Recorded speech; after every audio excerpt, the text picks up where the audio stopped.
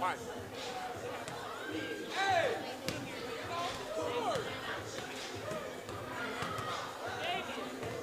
She was, what's her name? This Mike Kipp, Mike Kipp.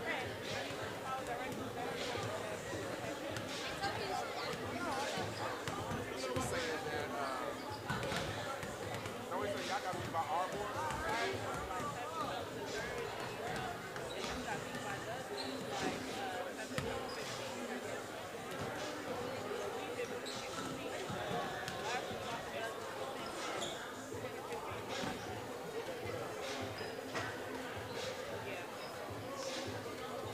That's what I was telling her like that. Some of these coaches, so he brought all these girls in. Some of them. Yeah, and see, that's what they're getting playing time. And some of the other girls that moved that have been there, they're upset right now.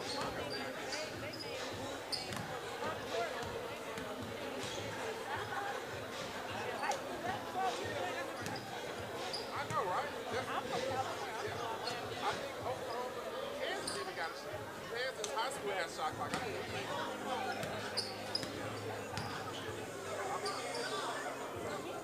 even if it's a 60-second shot clock, it's something. You know,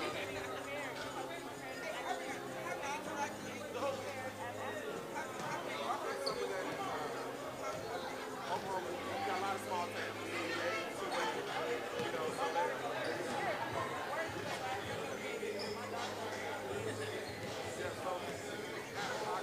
That takes away some of their strategy. You know, I'm just gonna hold it. You know.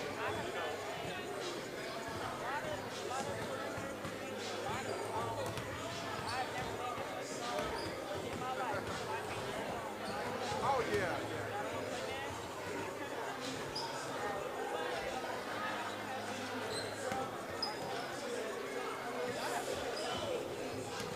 Yeah. We're not coaching, we're just the commentators. We get information to talk about why y'all do this. We just get information.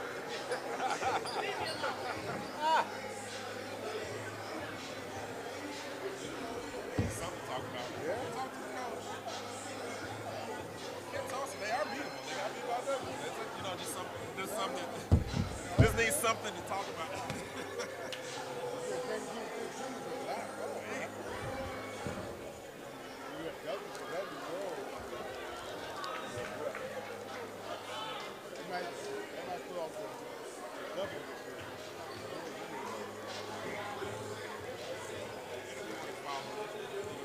Just check in with them every other week to see what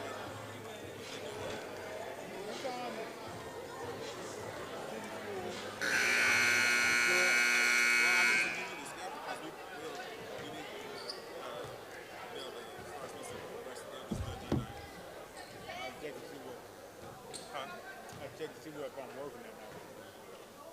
it's on Saturday. Like Saturday at 2 o'clock. Oh, well, man.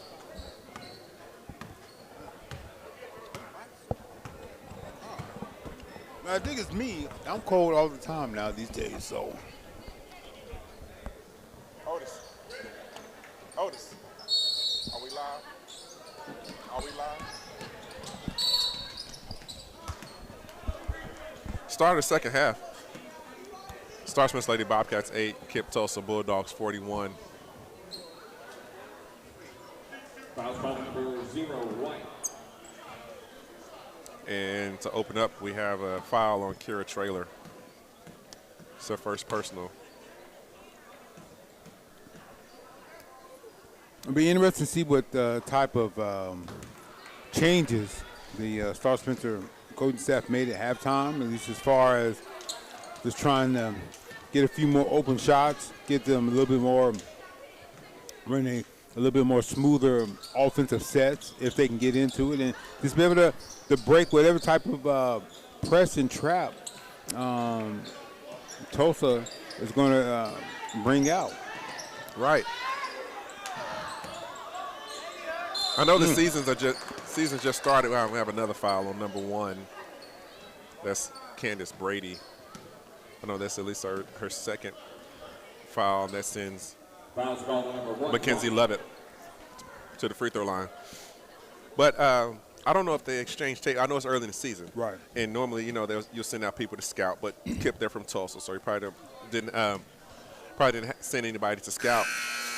But I just heard some information that Kipp Tulsa, they are a beatable team. They got beat by Ardmore in a tournament last week. I think it was like 72-15. Something like that. Yeah. And they got beat by Douglas. Which I think was that might have been even worse. I don't know. Yeah. And normally Kipp Tulsa, they keep up with Douglas. But they lost some players.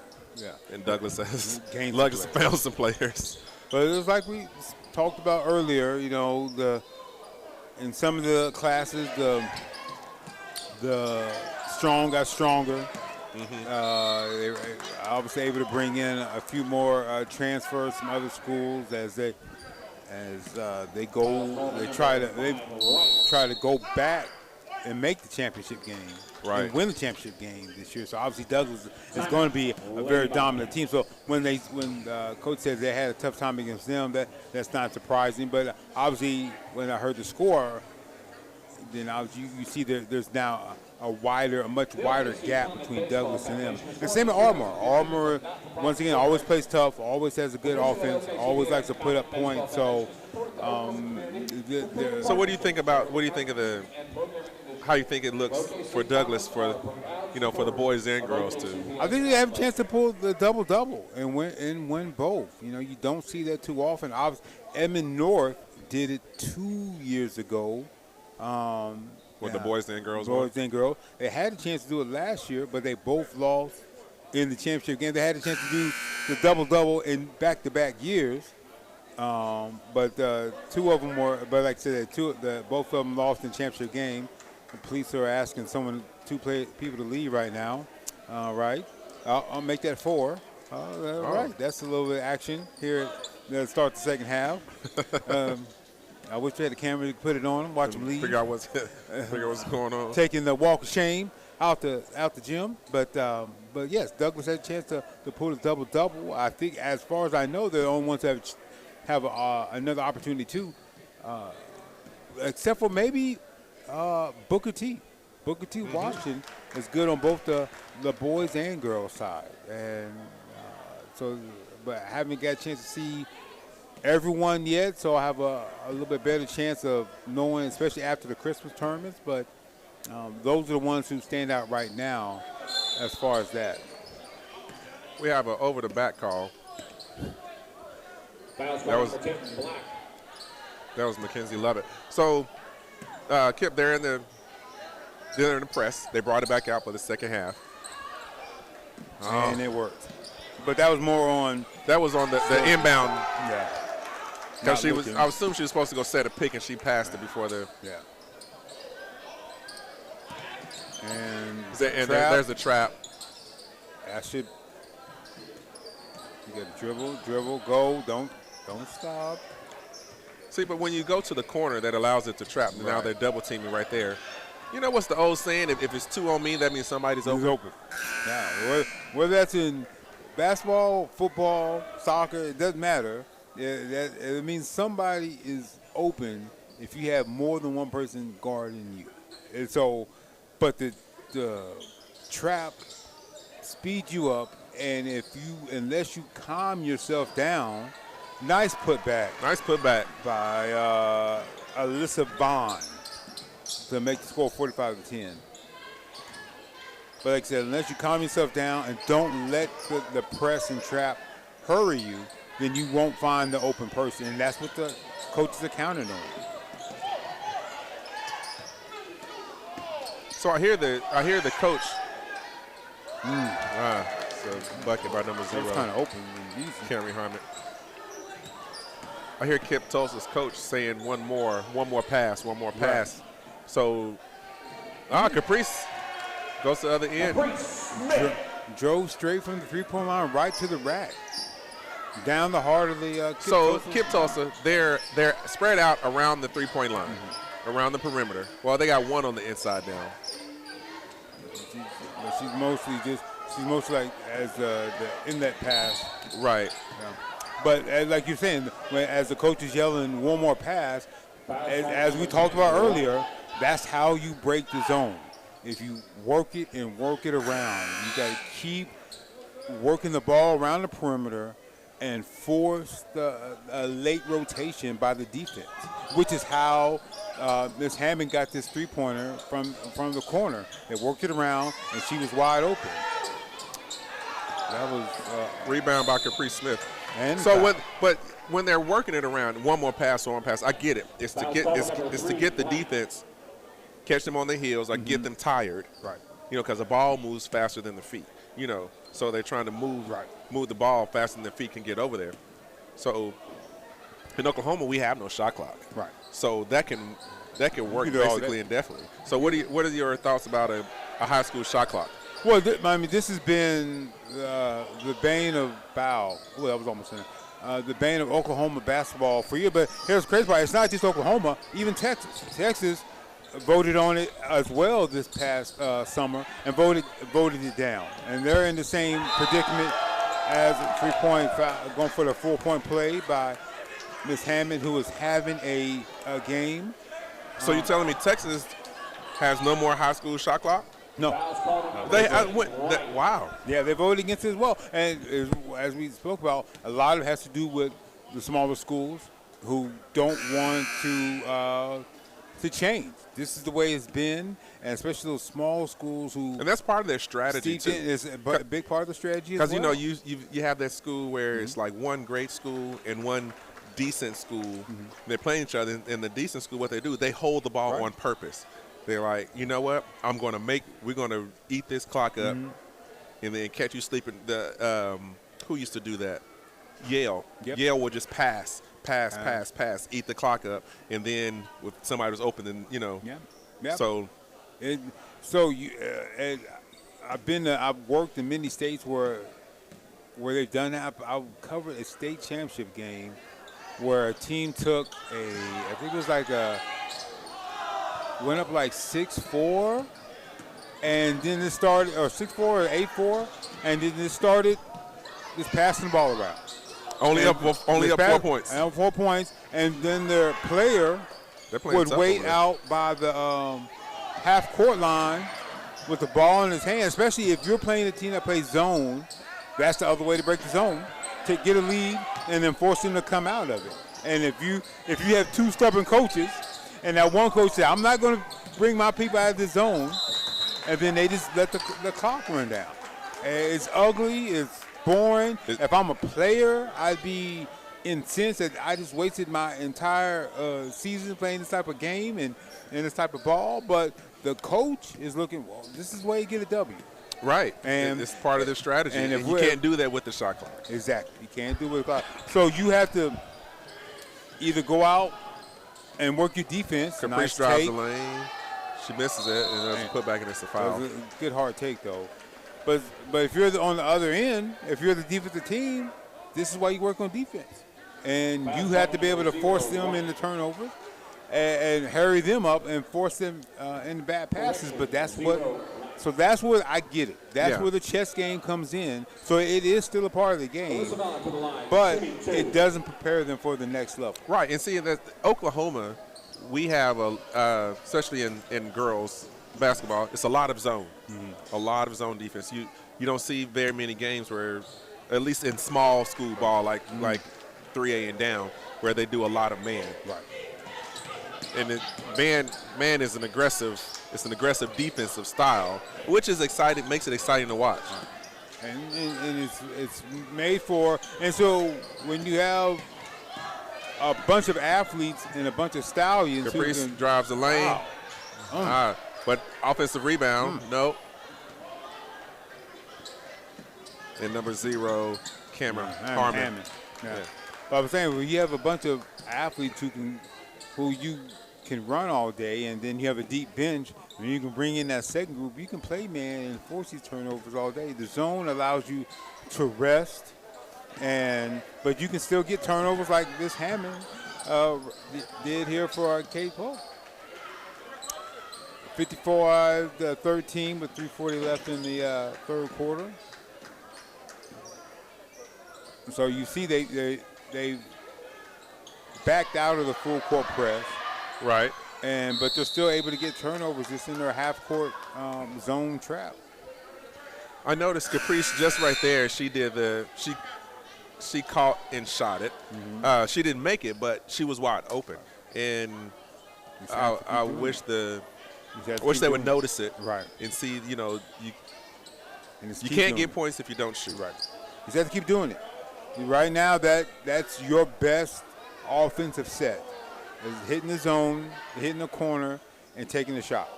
And regardless of what else you do, whether it goes in or not, that has proven to be a successful offensive set for you.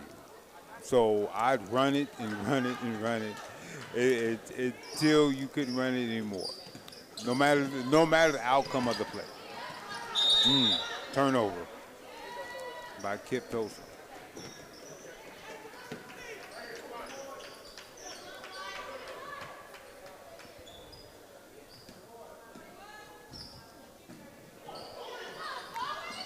Kira Trailer. Hey. They are getting to the rim as well. This third quarter, they are attacking. They're playing more aggressive. Yeah. Offensively and defensively. There you go. Oh, that was probably ill-advised, but I like the rebound. That was the freshman. That was Kaylee Harris. She got the rebound. I think Just to have her back was to the court, so she couldn't see anybody. And she had number 35 towering over her. See, like right now, she's got her body on it. Couldn't quite make it around there, but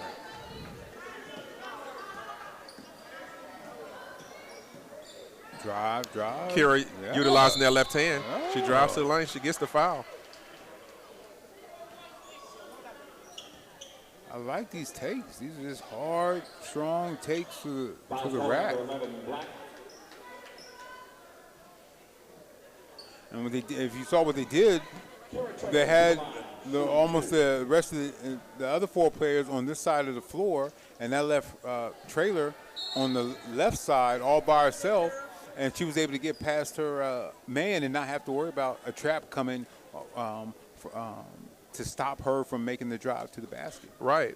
What that is, that reminds me of a lesson I learned it back at Millwood playing basketball. He was like, if you go up, you're either going to get 2 points or the foul. If you go up strong, you're either going to get 2 points or the foul. Can't be scared when you go up. No. I think we have a timeout. I don't know if it's an official timeout or who called it. I missed it. Someone, injured player or bleeding player? No. No, it wasn't a timeout. It was something that. I think there was maybe a shoe came untied or something came off. Yeah. 57-15 with 2:34 left in the third quarter.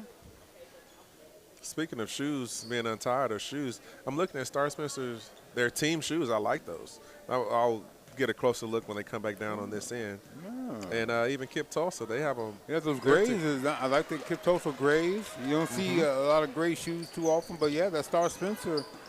What are those? They're Nikes. I don't know the. Little flare, got a little flare to them, but still, if you can be basic and flare at the same time. And did she get it? Return. Got manhandled. Oh. Yak 'em. Off defensive rebound by the Bobcats. 2 minutes left. Capri Smith goes up for three. Nope. He's going to get that one. Oh. And another thing about these shoes, I know we're a lot older than these players here, but we had high tops. We sure did. Ankle sprains were serious back in the day. Obviously, they don't worry about that anymore. And now I do see a lot of it looks like ankle support on several of them. Mm-hmm. Yeah, I don't see one pair of high tops on either team. Yeah. No, they don't. It looked like Kipp's. There may be mid tops or something. I don't know, but I remember we wore high tops. Yeah, That is no longer. I'm trying to think. That is no longer a thing. I think that started, honestly, I think that probably started with a lot of people's favorite player, Kobe Bryant. No. Kobe had The on lows. the lows. Yes. Yeah. And you know how it is. Well, if Kobe plays good, he has those shoes. Maybe those low top shoes will make will make me play better. So I think that probably You started might be with right. Kobe. Yeah. It's. Yeah. I'm literally trying to go back and think. The last time I've seen some high tops on an actual court, I'm sure I have. I'm sure somebody's out there wearing them. I'm sure the I want to say the big men wear Right. them. You know, of But, course the Yao Mings and the Shaqs. Right? Yeah. But are LeBrons? Are those? I've seen some. Yeah, you know what? I think LeBrons I've seen are high tops. But here's the you don't sell high tops like you do low tops. And so if you're trying to sell your signature shoe, they're going to be lows and mids. Well, and also I think it's basketball shoes have now become fashionable. Yeah. And it's more fashion than almost anything. Right. Ooh. Oh, she helped her out. And speaking of players and players' shoes and women's basketball, Caitlin Clark, I don't know if I think they're in talks of getting her some shoes, or I think so. Already have it or something. Caprice drives the lane And the hard And taking a foul. and gets a foul. She's sent to the free throw line. Well, she would be if she would be. I'm sure there's other players who probably deserve it as well. But as far as someone that you could bank on that's going to make money off of a signature shoe, it would be Caitlin Clark. Well, and I remember when they were talking about it, I was reading articles or something, and she said that she wanted them to be female shoes, you know, or I guess fit the female foot or something like that. And of course, then you had the other people that were the guys, not the other people, the men were upset. Well, why would she do that? Because men, I wanted to buy her shoes, but I can't wear female. I'm not going to wear female shoes or something like that. Right. Well, the back in the first female to have her own shoes, I believe, was Cheryl Swoops.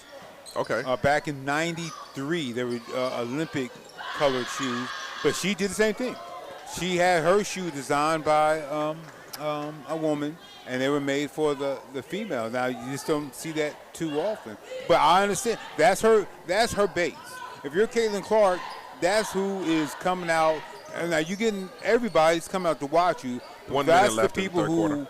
came in and really had your back and is buying the ticket and forcing the growth of the WNBA. Caprice out the lane gets 2 points. 60-19, 45 seconds left in the third quarter.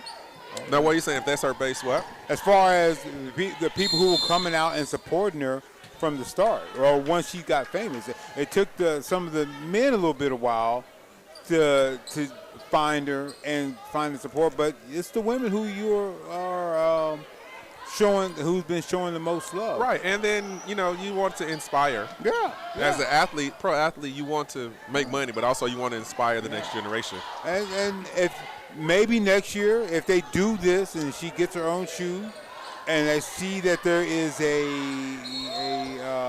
market for it, then you can do the men's if that's what they want. But come on, we can't be greedy, people. We care about everything. Now I know Caitlin Clark was in the news this year, or not this year, this week or last week, because she was named I think it was the athlete of the year or something? the year. Okay. And there was some Oh. blowback from certain sectors. Because she said that there are other women that's probably just as deserving or more. Yeah, and it really wasn't even. There was a bunch of different blowback. She said, "Hey, this is a league that was built off of black women, and they were the ones who."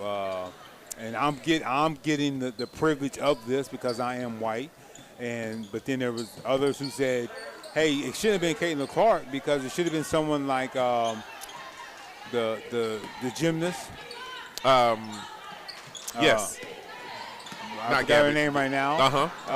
Or Jason Tatum, because they won titles, and Caitlin Clark didn't win anything, but they're just discounting the fact that she changed the whole look of an entire league. And then you had the Washington Mystics owner who went on, I think it was CNN or I forgot which channel it was, and said, hey, it should have been the entire WNBA who was named the athlete of the year and not Caitlin Clark. Once again, missing the whole Simone Biles. Simone Biles, exactly. Simone Biles, 100%, good call. And so just the fact that she caused such an uproar without really doing anything shows how big her name is and how popular she is, that people had to find something to complain about. I agree. People are just looking for something to complain about. Yeah. She re-energized the WNBA. Right. That was the first time in years that their attendance was up and their viewership. Found themselves on ESPN main TV, going up against other sports. Yeah, what's the other young lady's name that she had the college rival Reese. Angel Reese. Yeah. Angel Reese. She's the beast too on the court. Yes. I mean, some people look at the long hair, or the attitude, but take all that away, and she's still a force. There's two different types of forces. Obviously, it almost is like when people would talk about when Kobe and Shaq. Shaq was dominant inside and may have been the better 60 player. 60-20 Bobcats. But people were more aligned with Kobe because he was someone that they could see themselves in. Right. Someone that a normal person who can come off and work hard and create this type of magic. Where the size and power of Shaq was something you can't even imagine. Angel Reese is a tall girl who works hard, wide open under the floor. And so it's always going to be something that's going to cause. Now, I hate to even use the word controversy, but cause debate, which is good for the WNBA, though. Well, so now with that being said, with Caitlin Clark and Angel Reese, would the hype around Caitlin Clark be just as big if there was no Angel Reese? Because they were, the media or the people were everybody was picking a side. Yeah. You didn't have to pick a side, but for some reason people pick sides. I think the hype around Caitlin. Kira Traylor goes to the basket. Almost made it. But the offensive rebound by Harris is down there working. They're still going. Turn around. Probably need to turn around, but there it is. And the walk or travel. Yeah. Now, what were you saying? I believe that the Caitlin Clark phenomenon was going to be there regardless. But what it did with Angel Reese is it made, once they went to the WNBA, you had more than one person that you could focus on.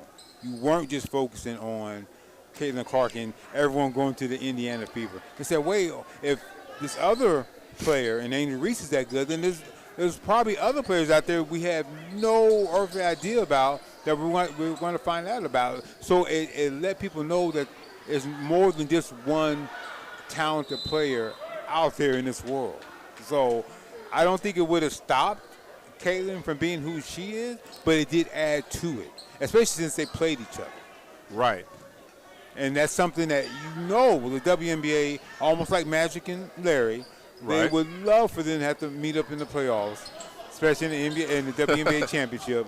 If you were a conspiracy theorist and that happened to be what happened next year, then yes, then you would have every right to think so. Because I believe that's exactly what happened in between Magic and Larry. They met in the second year, in the second or third year. No, they didn't meet till 84. In 84.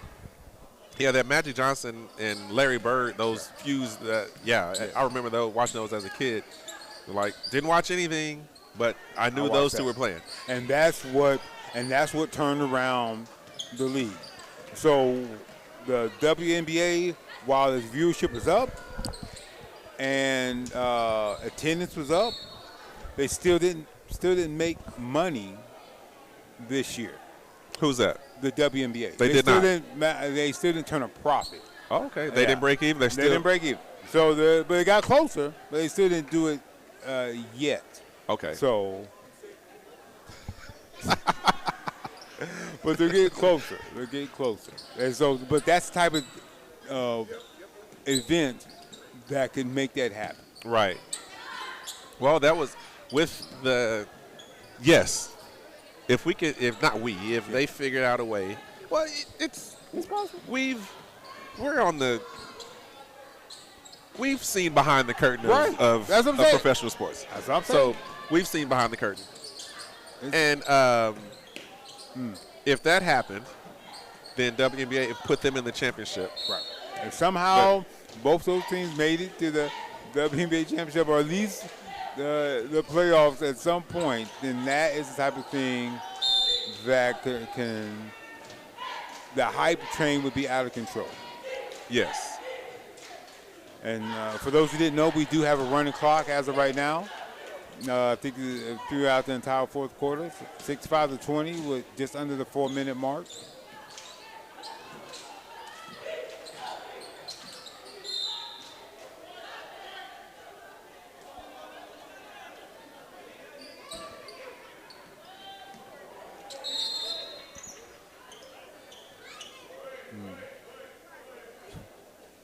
Go ahead.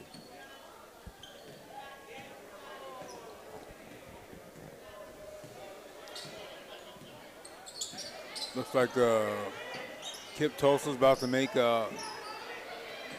wholesale changes again and bring in an entire new five. A missed shot by Espinola, and the take and. This I will say this about Star Spencer. They are still hustling. They are still battling. And once again, I've watched many of high school games, college games, NBA games, where once the score gets out of hand, teams start to lag. Yeah, so this speaks to the character of the players, Yes. and the coach, and as a team as a whole, to keep pressing forward. Yes. When people talk about sports is like life, these are the type of things that they mean. So what are you going to do in life when things don't go your way? Are you going to quit and just let it happen to you, or are you just going to keep fighting?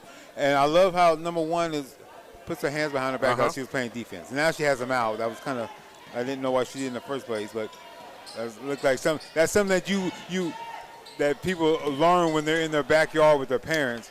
Is learn how to play defense. Your feet. And move your feet. You keep your hands behind your back. So I think that little instinct caught up with her right there for a couple of seconds. Yeah, Kira Traylor, she's a sophomore. You probably remember her from last year. She played as a freshman last year. So as a whole, she improved, and number 0, Kira Traylor, has improved. But they're both sophomores, and it's when you're playing against larger schools. Candace Brady, yeah. Yeah. When you're playing against larger schools. Whoa! We had a visitor at the table. She heard us speak her name, so she said, let me get over here. Candace Brady almost ran us over, but the hustle, she knocked the ball in and kept it going and didn't stop. Good for her. Caprice. And the rebound by Alyssa Bond. And the putback, 67-22. So people say, well, this is, this game's out of hand and this and 1 this minute and that. left. But this is still against the starters for Tulsa. Yeah.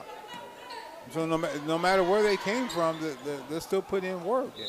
You just threw the ball away right there. So it's about 35 seconds left. And still Star Spencer's ball. So they have a chance to get at least one more shot up. And Smith said, let me try that. Oh, they got a turnover. And Candace. It was a nice shot. I like the shot, though. Oh, and still got the loose ball rebound. Oh, they were bound and determined to get this bucket. It didn't work. 5 seconds left in the game. Kipp Tulsa brings it across half He's court. going to let the clock run. Bang. And that's the game. And that's the ball game. Lady Bobcats 22. Lady Bobcats 22, Kipp Tulsa 69. Now up next is the boys. Kipp Tulsa boys versus the Bobcats. A 3 and 5 versus 0 and 3. All right. Oh my God.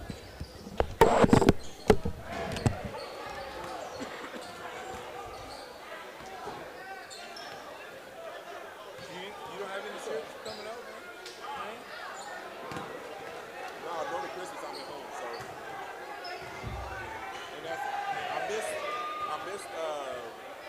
normally I do like fall break. Yeah. I missed that. I thought about it too late. By the time I was like, oh, I need to plan. It was like 3 or 4 weeks ahead of time. Then ticket prices was, I couldn't find nowhere to go within reason, you know, for it. I didn't want to spend money just for the sake of spending money. Did you turn these off? Turn it up. You're not doing the next game? You were doing next game, but it's still live, right? I don't know. You don't have a mute button? I think when you lift them up, they go off. Oh, wait, you can't. Oh, yeah. Okay. Okay. Oh, yeah.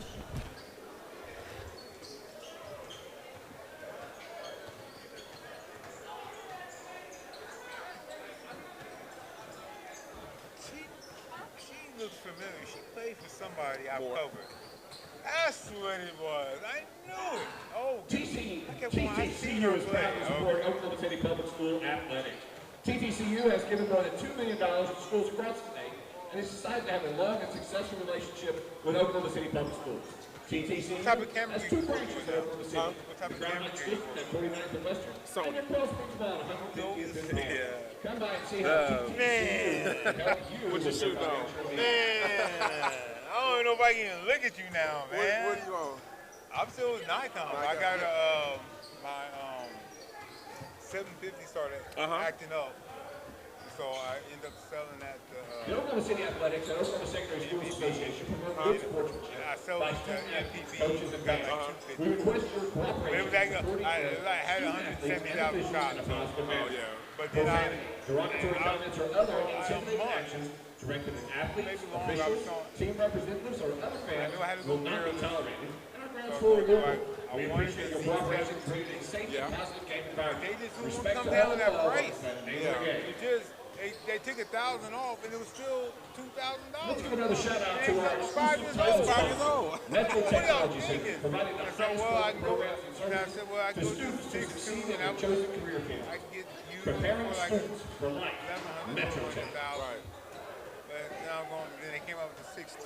Hey fans, tell the world you are here. Now that I Share know your this is experiences. Connect with a other newer fans version and of gain behind-the-scenes 6, access I to your didn't want to favorite get that OKCPS bad. games. I end up For more buying information, it. visit our website at okcpsathletics.com or find us on Facebook and Instagram The Z at box. OKCPS Athletics. Yeah. Follow And us but on it was Twitter at you. OKCPS But it only had 4,000 shots. Athletics. And $600. I was bet. Does your student athlete Oh, yeah. play? Yeah. And so. Oh, 600 bucks? Oh, Oh, yeah. Yeah, that's what I'm doing. And I wouldn't even look. I was just sitting there, and I happened online. I said, wait, For college 600. admission, And I'm students looking on grades 8 to 11 K8. have a great opportunity to stay with EKB and all the other college ones. And the tuition kids they free. have that Go to body shop, like www.okhigherend.org. 600 just for that's brand new. And when I went in and asked for it, the dude goes, yeah, you can. He looked at me like, yeah, you getting a deal. Like he was mad it went down. They said we could hit. Equipment He said, supplier "Don't say nothing too recognition crazy." for BSN Sports. OKCPS Athletics would like to thank our official equipment supplier, BSN Sports, for their support of OKCPS Athletics. Their contributions help enhance the why'd you education go and athletic Sony? experiences of all of our student athletes. Why'd you move to Sony? Video. Video. Yeah. The eye recognition is like it's for like sports. Even Alonzo moved to Sony. It's like for sports, it's almost like cheating because it picks up that eye and follows. You know. Right. I get it. Especially for video, I get it. Almost everywhere I go, Sony. I see that little fucking orange. that orange thing off. Okay. But I get it. Yeah, I get it. And it has the large megapixel, which is what I want, but you're only getting a few cameras. You sell all your Nikon stuff? That's my son. You give it to who? Tori. My son. He takes pictures now, so I was like, Nice, nice.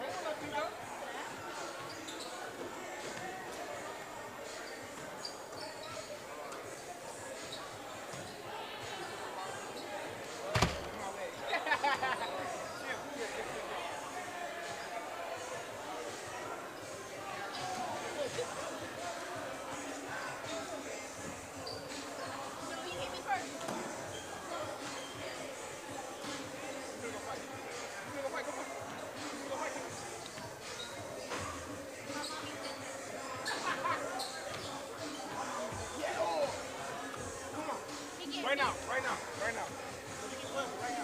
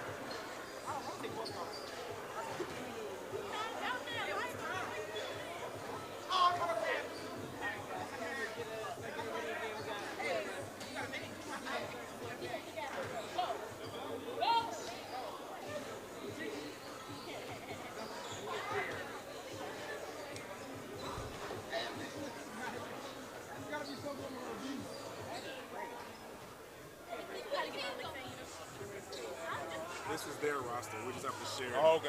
That's cool. Hey, y'all stop playing around all this money. Hey, the game is I've been standing right here.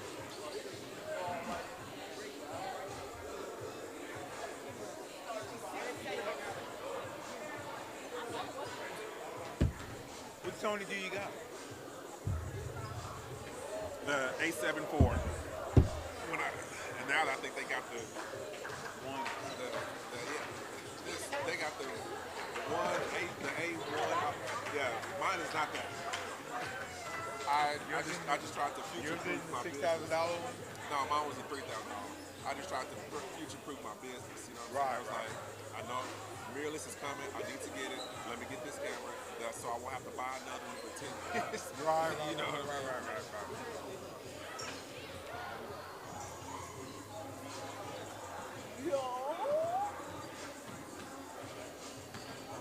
No team shoes for the boys. Huh? No team shoes for the boys. Like the girls had team shoes. Like they don't have them. I mean, there's not a matching one on the team. It's not even like. And now for the second game in our Normally we would have doubleheader. like the two We'll best start with the players starting or the two lineup for the homeboys on Bulldogs the of we get the K-Town. same shoes. Number 12, Toronto, Washington. Number 21, Christian Taylor. Number 23, Braylon Jones. Number 24, Corey Payne. And number 30, Majavius Sanford.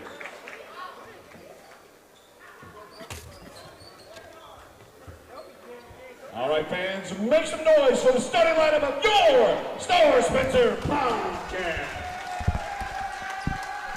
Number 3, senior Jamari Hayward. Number 4, senior Cedric Brown. Number 5, senior Cameron Brown. Number 20, freshman Christopher Thomas. And number 44, senior Corian Morgan.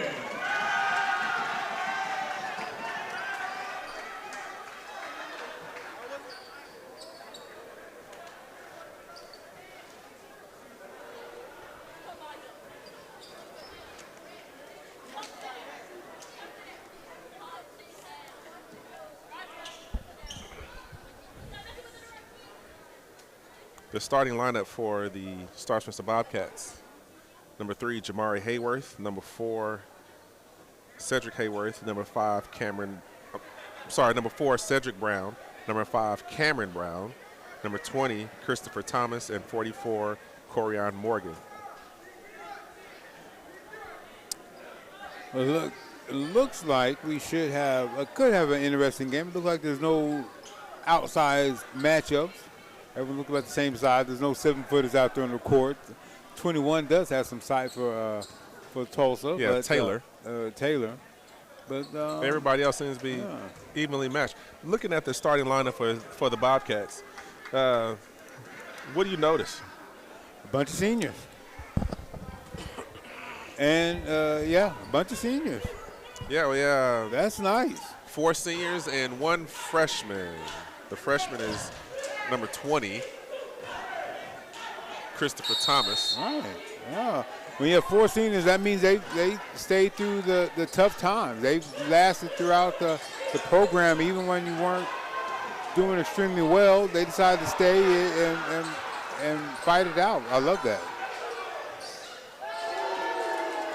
Starting off the game, number 23, Jones,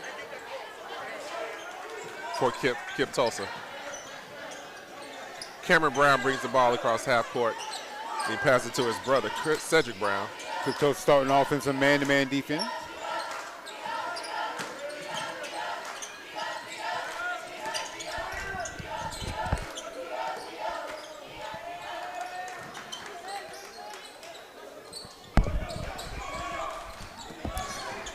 Early miss by Star Spencer. No. Oh. I guess he got all ball, but he Stepped out of bounds. Stepped out of bounds. Heels don't look like they're on the baseline.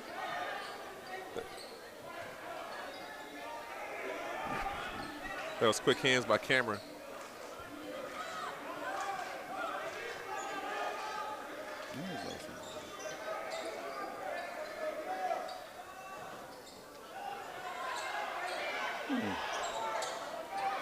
So 4 and 5.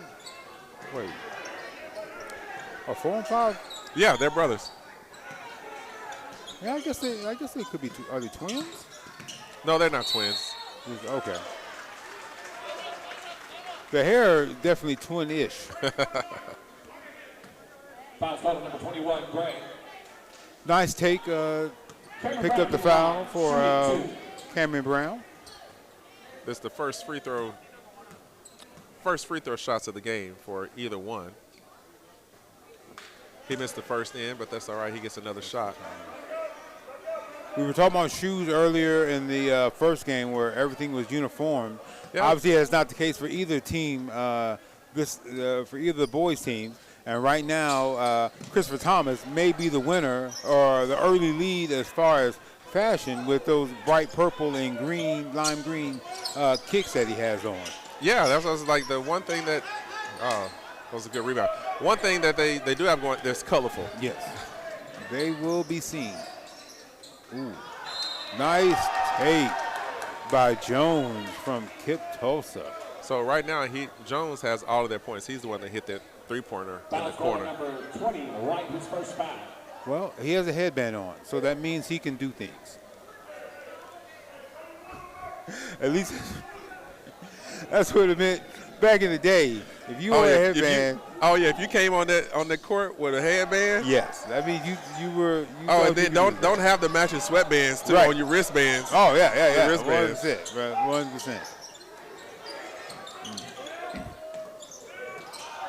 Cross-court pass didn't work. They're making some quick passes, which is good. They just have to do something with it once they get the ball. And I like that they're making them to attack the rim. They're not settling for shots on the outside. They say, hey, let's take it in. And picking up fouls. It's the second foul that they caused already, which already has the Kipp Tulsa coach talking to the referee. Oh, my. I'm not saying that's the fourth air ball I've seen this evening. That may be the fourth air ball I've seen at the free throw line this afternoon. But that's all right. It's a start. If the Kipp Tulsa boys coach looks familiar, that's because he was at Douglas. He does, and yes, a couple of years ago. That is, you are. I was one. I remember. I'd seen him before. Yeah, I recognized his face, and I was thinking, I know this guy, but it's not from Tulsa. But actually, I went to school with his wife, and I was just talking to her, and she said that he's in Tulsa. Couldn't find any coaching jobs down here in Oklahoma City, so he moved there. And this is his third year at Kipp Tulsa. Cool. Good for him.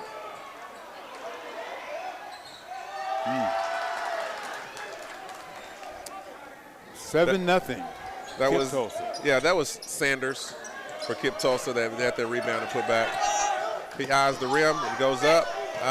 Just nicked the rim. That's all right. That was Jamari Hayworth. There we go. Oh, all right. Christopher Thomas. Christopher Thomas gets the Bobcats on the board.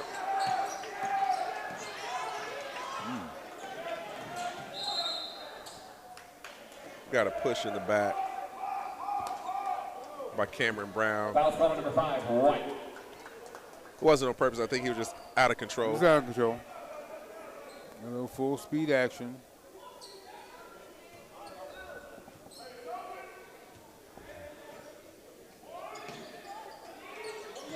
Oh, good steal. Cameron Brown with the steal. And layup. And the layup. For Cedric Brown. Cedric Brown. Sorry, Cedric Brown with the steal and the layup. All right. 7-4. 5:10 left in the first quarter.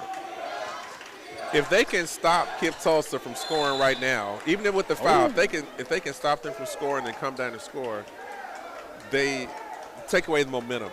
Right. You know, the way you take away the momentum is stop them from scoring and you score. Well, obviously, the success Jones had on the first few possessions has caught the attention of Star Spencer because that was a very aggressive foul on what was a leaning out of bounds shot. So he probably didn't need to be that aggressive to pick up the foul, but they're obviously trying to pick up their defense on Jones and his headband. They've keyed in, right. Yes. They keyed in on the headband. Yeah, that's what they said. Okay, we probably didn't take notice of the headband, Nike headband at that, from the start, but now we have. Timeout. Visitor. Timeout. Kipp Tulsa calls a timeout. I don't know why. I mean, they're up 5 points. They're up 9-4. 30-second timeout. Yeah, why would they take a timeout now versus they're on the free? Because he ices on player because they're on the free throw line. Right. The only thing I can figure is he's one of those coaches that once you see something you don't like, you get it handled right then. You don't let the rest of the game keep going and then you forget about it. Maybe he saw something, maybe on that last offensive possession, he didn't like the way they were spread out. Maybe he didn't like the shot. And he said, hold on, I'm going to nip this in the bud right now and say this is what we do. Yeah, they're on the free throw line, or I wonder if the coaching strategy – oh, no, they're not on – yeah, okay, it's inbound. So he didn't ice his player. He caught an inbound, so he's trying to set up a defense. Right. So he probably setting up this press, this 1-2-2. Is it a man or is it one? Well, like we'll see. It's hard to see, but it looks like man, but no one's on 13. Yeah. And the clock. Oh, okay, the clock has been fixed. It did say 80 minutes, which would not have been good. No, they're in the 1-2-2 because that's 44, Corian Morgan for Bobcats. He's open. They got the ball to the center, which is great, and they're doing the passing. And saying that's another block shot, jump ball. That's one thing that Coach Cudjoe, he's an old school coach, and one thing that he did right just there, don't dribble on the press. You pass. You pass on the press. Exactly. That's the best way. If you can pass it, spread the court, and allow the ball to do the work for you, then you put the defense in a difficult position. Right, that's what I was saying in the girls' game. Like the ball moves faster than feet. So if you throw the ball, the defense will be slower to get there. And you can get them off balance. Look like Star Spencer, they're in the press also, or is it just a man? Yeah, they're got an offensive call versus. Yeah. Little push off. Legal 24. screen. No. Okay. Well, either way, Star Spencer ball with 3:10 left, down 9-4. Number 11, Christian Thomas checks in for the Bobcats. And then they turn it over.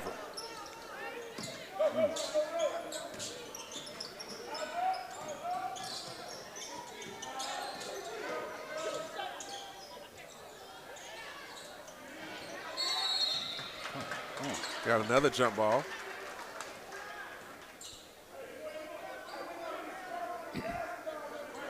Now, we were talking about the shot clock and keeping the score low as a strategy, but now we don't have a shot clock. We're under 3 minutes left in the first quarter, and nobody's in double digits just yet. Right. So I guess that means are we playing, are both teams playing decent defense, or is the shots not falling?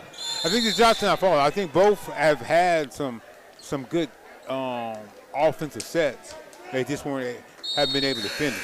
Now, it's been obviously most of the work has been done by Jones for Kipp Tulsa, while Star Spencer it's just been a little bit off. And remember, and then you had the 2 air balls on the free throw. So I think we have a chance for it to clean up as the game progresses, even with, like I said, even as they're going, both teams are hurrying up and down the court. Right. So if Star Spencer can get a handle on Jones, right, he has 5 or 7 of the points. Right. And that leads offensive rebound. They're battling down there. But see, once again, this is what we just talked about. The points that that was a nice pass by Jones.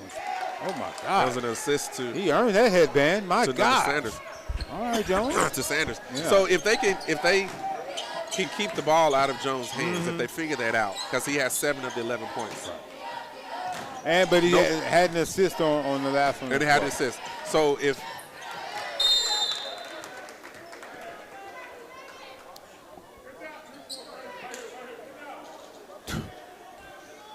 but if you look at all the points that Star Spencer could have had, just at the missed bucket. Like that right there, I think there was like 3 offensive rebounds, and we couldn't convert. Right. So the score had a chance to be a lot closer than it is, even though it's 11-4. So this is not like they're being overpowered, except for that one play right there. Yeah. Washington goes up for 2 for Kipp Tulsa.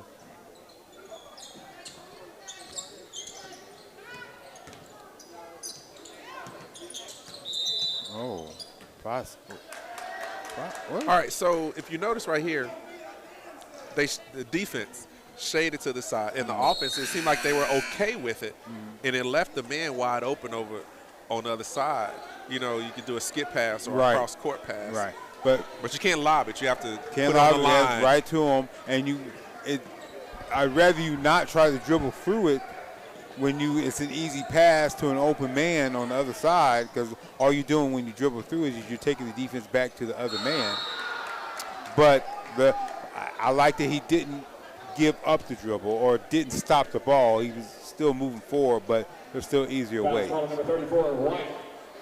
And what Kipp Tulsa did just there, they opened up their offense, which opened up the defense, because they're in man. Star Spencer is in a man defense. So it allowed basically for an isolation play. Right. And you drive to the basket. And pick up the foul. Another one. Right.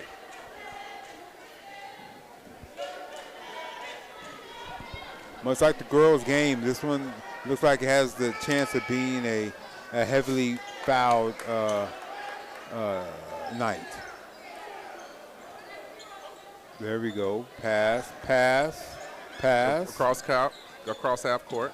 Big man on the post. Do you give it to him? Brown, double clutch, double pump. Oh, my God, they have missed like the amount of shots they missed. Riley Twitty, he's checked in the game. He's a junior. This is number 34. This is only his second year playing basketball. Last year was his first. So Jones with another 3, and then a little spin.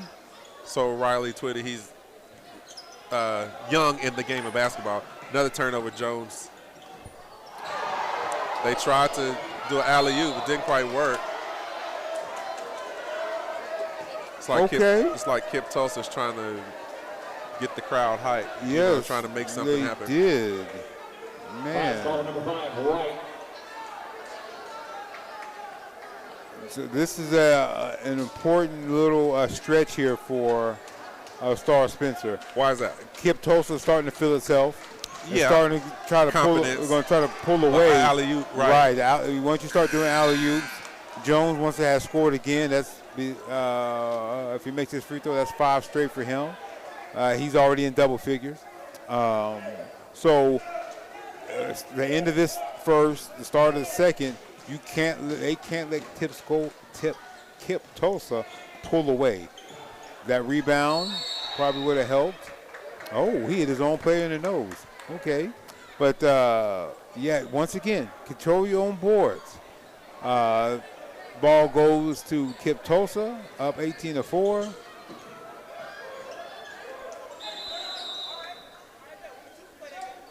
Three-second lane violation on Kipp Tulsa.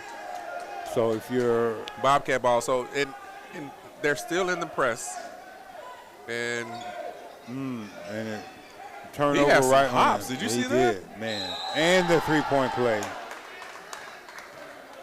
Number 12 for Kipp Tulsa, Washington. With the 3 feet space that they're required to give, he he blocked that. Yeah. And now he's on the free throw line. And just like that, We were just talking this 20-4. 10 seconds left in the first quarter. that press.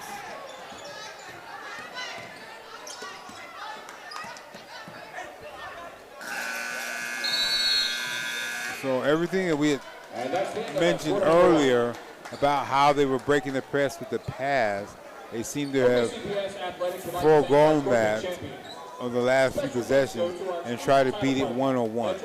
And that's just not advisable at this point. Right. I think that's a sign of frustration Yes. when you go away from what Right. possibly could be working. But now it's the end of the first quarter. In the first quarter gives Coach Cudjoe the opportunity to regroup And to settle down. with his team. Settle down. So we were in this game. If we just make the layups and the cheap shots by the paint, this is a much closer contest. So we can still get back in this. I'm sure he's telling them. And said we just got to make our shots. Well, yeah, they got to make the shots because it's Start Spencer. They're getting to the basket. They're getting some decent looks. They're driving to the hole, but they're not. It's not going in. It's not finishing. And actually, you're right because they're getting multiple offensive rebounds. Okay. So it's almost like you're doing everything else right about on that particular play, except for the one thing that you need to do, which is score.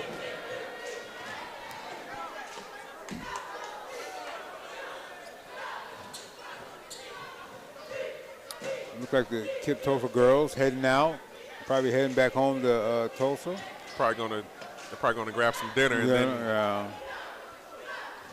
then head back. I wonder where they're eating. I want to ask Coach, hey, well, Coach, where y'all eating at? I would like to know when visiting teams come in, where do they stop at and get a bite to eat. That tells me a lot about them and their program. Right. Whether it's McDonald's versus Sizzler Cane's, or something. Sizzler. You know? If they go to McDonald's, are you going to Cane's? Are you going to Corian And Morgan. the steal. And the steal. And one, there you go. He took his time. Nice little Quayshawn lay-in Mitchell. Right. for Quayshawn Mitchell. So that's the type of thing. Doing something like that catches them off guard, where they relaxed, where they were relaxed, and so now it forces Kipp Tulsa to stay focused. Yes. And Jones hit another three. I take back everything I said about this man's headband, because he is obviously doing things.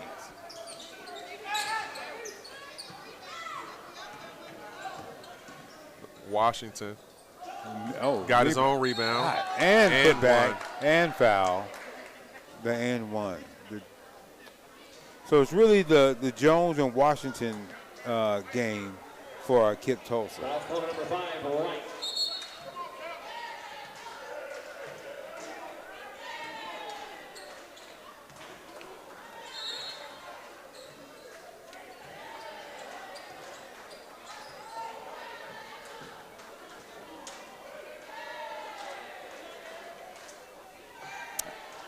(25-8) with 7:09 left, right before his free throw. 26-8. All right. Once again, like I said, it's an important stretch. You're down 18. You want to do your best not to let it get to 20. You're almost, but the so-called press has forced another turnover. There by Payne. And forced a foul on Cedric Brown. I think this is number 24, Payne. I think this is his first time to the free throw line today, I believe. Yes. Might be the first. It might. I'm trying to. I don't know. If I have to go and It may look. be the first person other Outside, than Jones or Washington. in the score, right? If he can score.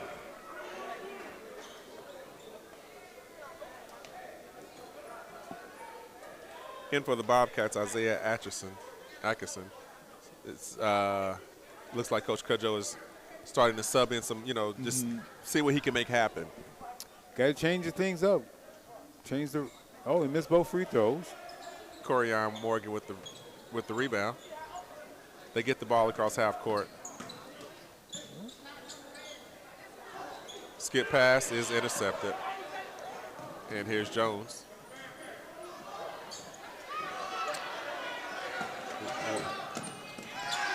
Very nice. All right, with the steal into Corian Morgan with 2 points. Looked like the Bobcats were in a man.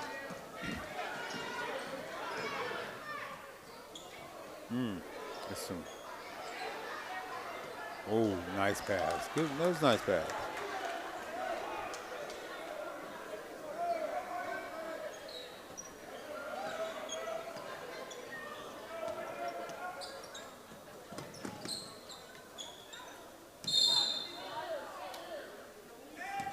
43 seconds left in the first quarter. The Thunder lead the Milwaukee Bucks 28-27 in the NBA Cup Championship. For all those who are watching both this live stream and wondering what the Thunder are doing. Bless you. Oh, they are trying to. That was the second alley-oop attempt of this first half for Kipp Tulsa.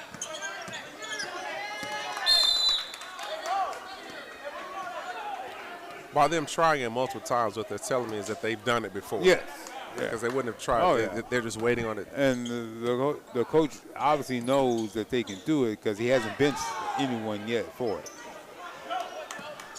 Once again, it's another missed shot in the paint by Star Spencer, but not by, I was about to say not by Jones. I was ready. I had it all cocked and ready to say.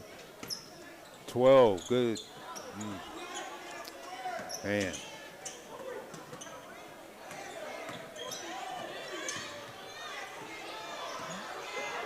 That was They're working. It was working the ball down the jump ball. Jump ball.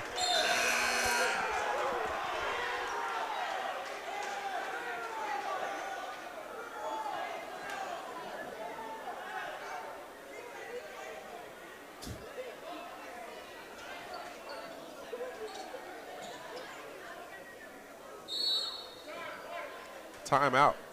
Star Spencer Bobcats.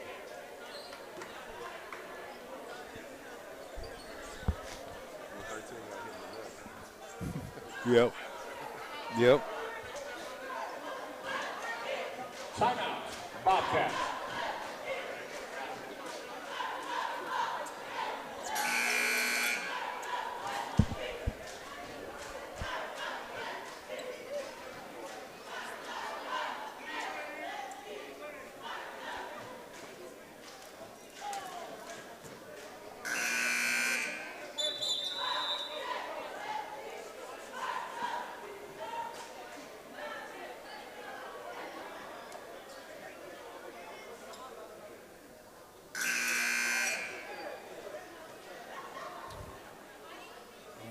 Back to action.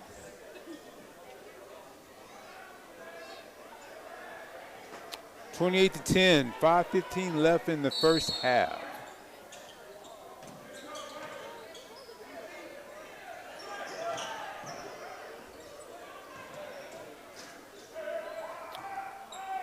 Star Spencer looks like they're in a zone. Kievan Orange is in for the Bobcats. He brings the ball across half court. He makes the pass to the corner. There we go. There we go. Nice. Christopher Thomas with the miss. My goodness.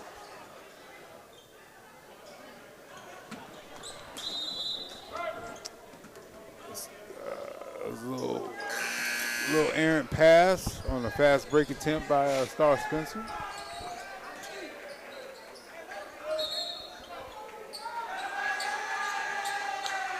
Kipp Tulsa's making a lot of changes. Everybody knows. 4 in, 4 out. 4 in, 4 out. Only one they're leaving on the floor is number 12, Washington. So I guess they had to give Jones a rest at some point. He missed 2 in a row, so they said, we got to let you recharge.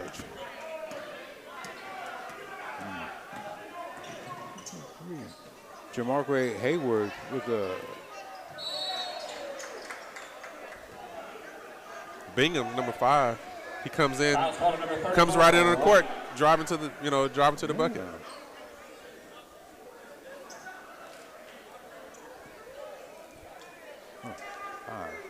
All over the place.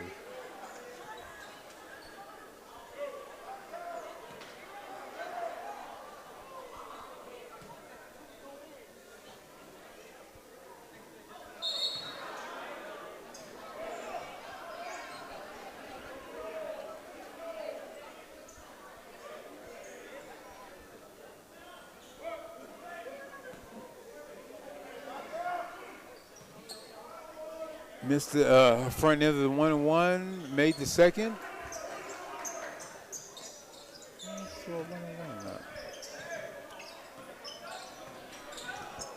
trap, turnover almost. Star Spencer recovers with Andre Curry Stapleton. 32 with the little turnaround. And off the block. Who's that? Zaneri Thomas. Come on, people.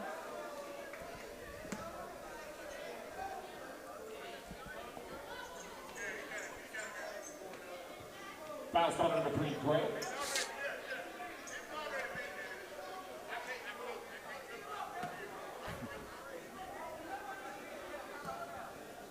Zanari Thomas, from the line. Refs and referees and the Kipp Tulsa coaches having a little conversation.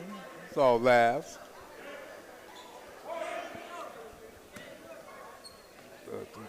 Thomas missed the free throw, missed the first, made the second. 29-11. 4 minutes left in the first half. Oh, almost forced a turnover as well.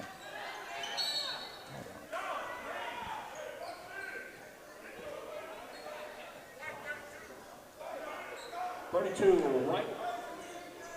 Number 44. His first foul. So It's not Corian Morgan. So is he the 44 and 33 switch jersey? Is that Jay Sean Nance? I have no clue. I thought Corian had 44. No, well, the one who has 33 on, when he scored earlier, they called him Corian. Oh, okay. So I don't know. We'll see when Corian gets. Yeah. Man,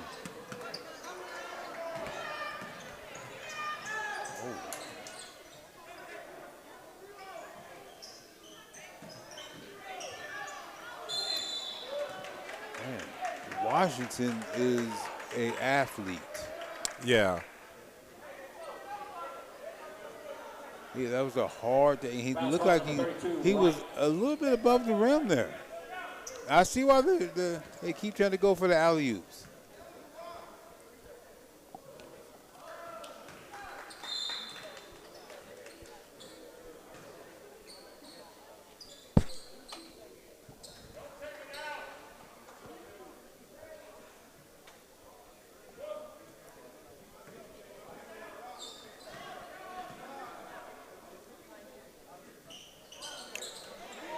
Mr. Free throw, 32-11.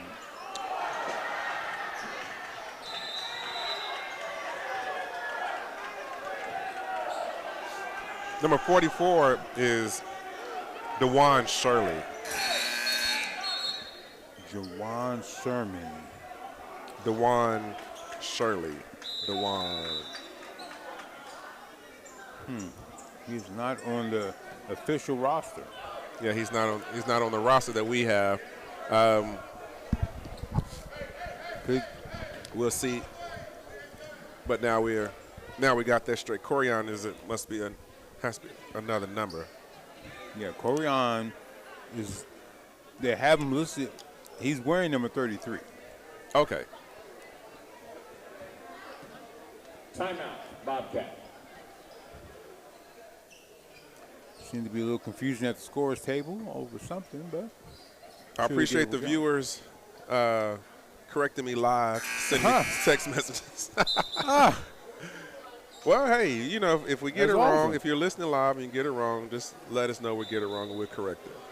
Well, technically, we didn't get anything wrong. That was the roster. You're right. Roster. You're right. The roster we're looking at does not have that down correctly. Yeah.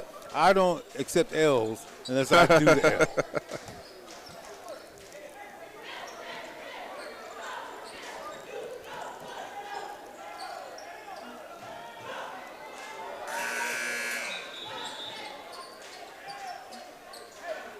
We're back in game action. Kipp Tulsa Bulldogs 30, Star Spencer Bobcats 11 with 3:23 left in the half. Got a little full court pressure. Jamari Hayworth brings the ball across half court. Drives the lane, actually. And it's almost hesitation. Close fist means it's a foul. Number 3, that foul was on Parker. 3 foul and 3.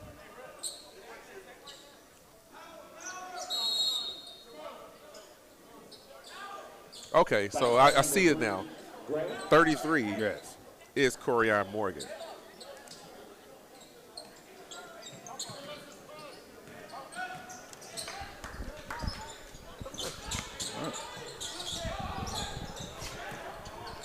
Harris at the ball at the top. Twitty. Oh. I thought The he lane was gonna go- open. I thought he was going. Yeah. It The one was time, open. I thought for sure he was going to take it all the way in.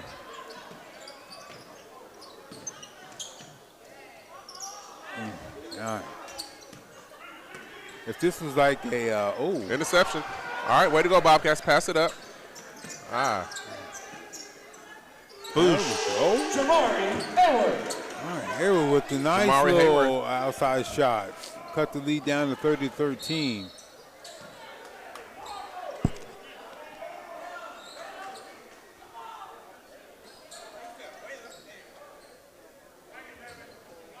Foul's going to number 11, White.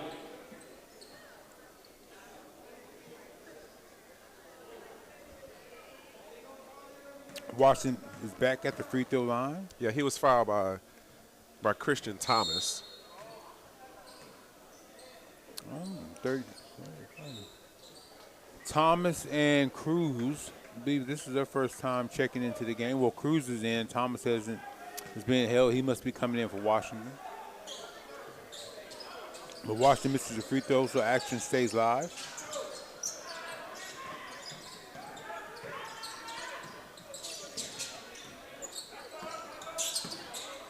Hayworth tried to make something happen. But he didn't force it, gave the ball up. And, it looked like he got pushed there, but it wasn't called. Okay. Washington is out there trying to do something. Trying. The crowd's pointing at something. I have no clue, but Washington tried to dunk, but I think, who was that? 11, I believe it was. I think it was Christian Thomas who prevented the dunk from happening. Good hustle. All right, Kipp Tulsa, they have, all of their starters have now sat down. No, wait, 21. Taylor is still in there.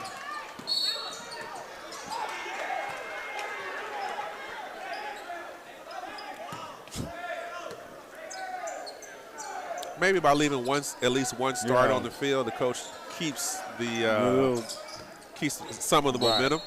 You know, keeps the resemblance of the game being the same. I have someone to go to.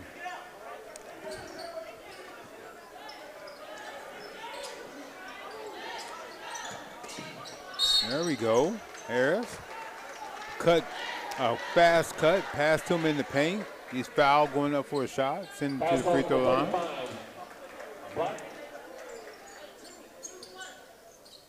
No, not Harris. Twitty. Riley Twitty to the line.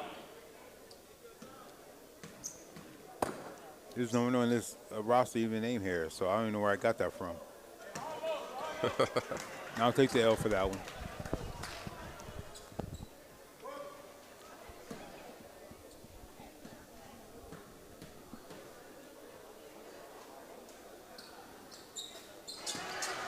Twitty hits the second of the two free throw shots. 1:45 left in the half. And force a turnover.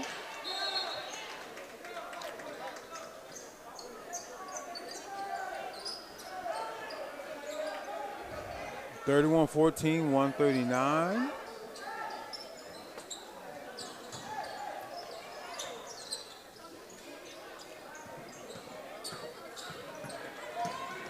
Sean Mitchell with the take and the foul. The hoop and the harm. And it's and one. Heading to the free throw line. The lead has been cut to 31-16. Has a chance to add one more to it. Quayshawn Mitchell to the line to complete the three-point play. 31-17. That's it. They're on a nice little run right now, Star Spencer. Yeah, I mean, 17-31. If they can score 4, if they can get within 10 points, then it's still, close game. Ooh, that was a walk. by Cruz.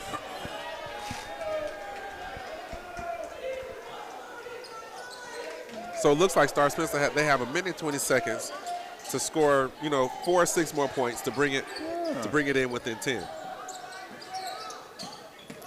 Mitchell said this is foul. Foul's on the floor as the ball stays with the Bobcats. Foul spot number 2, Black.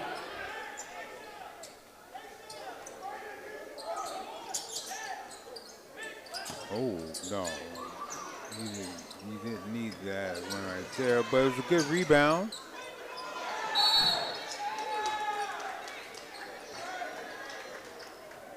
Morales forces the Showing some hustle, right. Yeah.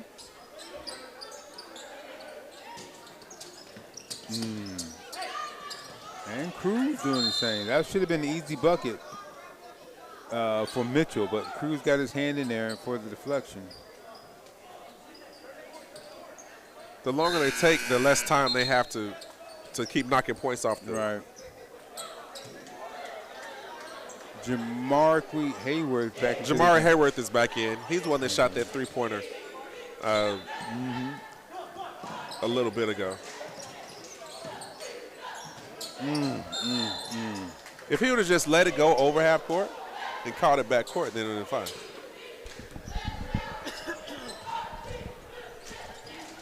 But Quayshawn Mitchell, he's a freshman. He was part of Rogers last year had a good middle school team. So he was a part of that team. So that's why he's playing now as a freshman. But still has a lot to learn. Oh, yeah. Morales with the rebound. Right to Taylor. For the bucket, 33-17. 30 seconds left.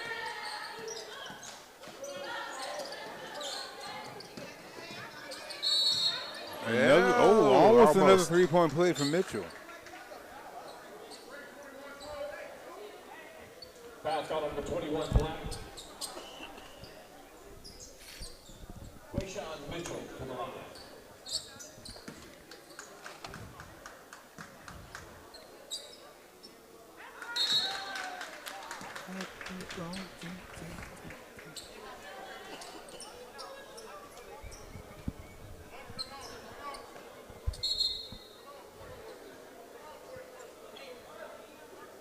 Seconds left. Mitchell at a free throw line. Oh, I was just about to ask if he needed one. No, I got it. Yeah. Throw it, Liza. 33-19.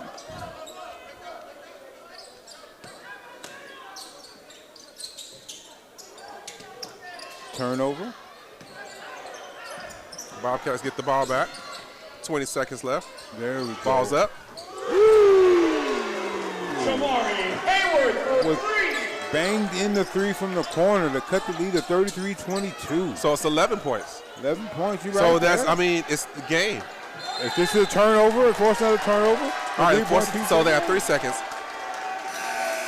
Maybe possibly give the ball back to Jamari Hayward. Or even if they just scored 2 points. Right. They brought Mitchell in, bring in a little ball handler and a shooter. But 3 seconds don't have a lot of time. And he probably should have. Oh. That would have counted if it would have went in, but it didn't go in. Hayworth came under the basket, got the rebound, and had the putback, but it was just off the mark. So by doing that, by putting Quayshawn Mitchell back in, just for those 3 seconds to shoot that lets me know that coach that he must do it in practice. Yeah. Even though he's a freshman and he still has a lot to learn about basketball, he's able to. Right. Can hit that free throw shot. Wanted someone who wasn't afraid to put the ball up and had the speed and the quickness to get it over the line. So yeah, to be known for someone who can do that, that's a good thing to be known for. I don't mind it. Yeah, so at the half, Kipp Tulsa 33 starts with the Bobcats 22.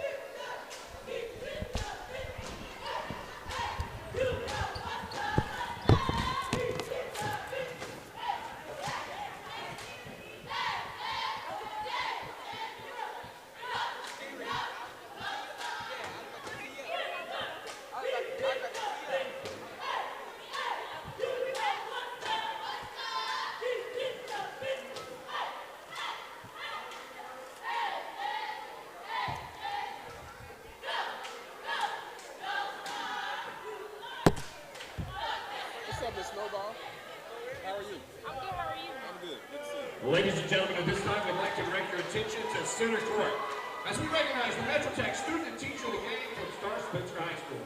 This week's teacher of the week is Terry Montgomery. This week's student of the week is Terrell Ori. Ladies and gentlemen, let's give one more round of applause for our Metro Tech Student and Teacher of the Game. Yay! Metro Tech is the exclusive title partner for OKC's PS Athletics. Thank you.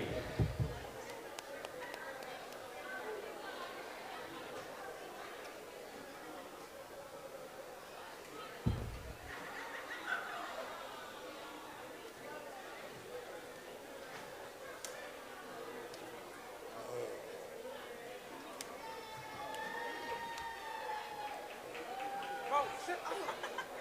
You've seen that the whole war.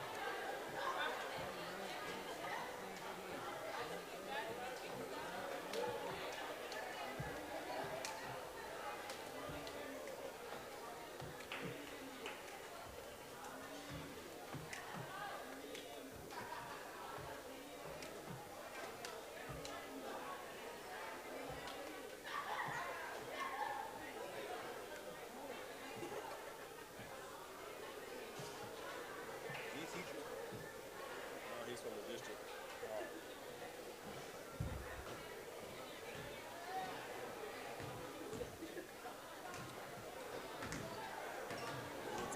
He didn't talk to them long.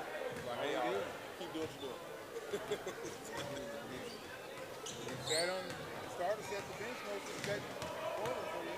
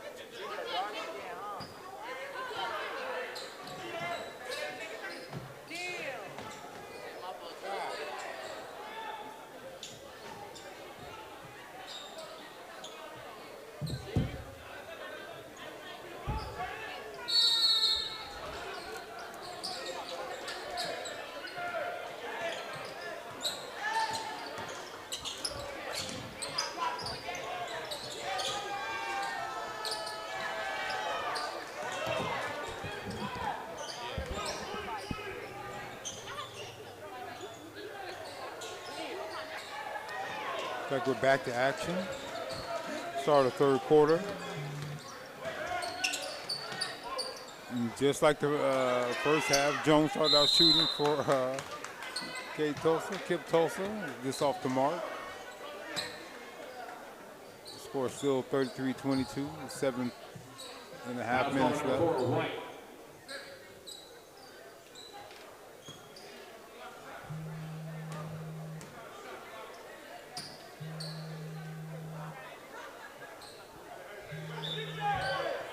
Okay. Oh.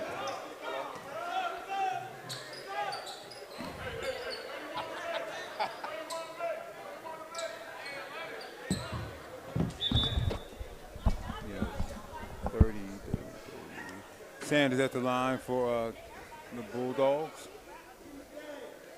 A little mix-up on who's supposed to be at the with the fouls on. Oh, wait, I got a couple of scores from the girls' games around the state early on. Carl Albert girls beat Noble 72-40. Del City beat Midwest City 56-31. Hera held off Ardmore 53-51. And Edmond Santa Fe beat Capitol Hill 70-9. Well, that last score, that's expected. Yeah, 100%. I almost, yeah, 100%. That's a tough night. That Capitol Hill, Cedric Brown with the layup for 2 points. With Capitol Hill, they're a 6A school, so they have to play other 6A schools. Yes. And basketball is not their strong suit. It's a tough. We were actually during the state football tournament, the state playoffs. This discussion came up a couple of times. Just on, obviously, you have a lot of some of the city schools who struggle in some of the sports, especially in the bigger classes, 6A, 5As, and obviously you want to keep it fun for the players, but going out playing against some of these big suburbs out in Edmond and Mustang and Yukon and the Tulsa schools, it can be, the games can get out of hand. And so, but there doesn't seem to be one way just to solve the problem.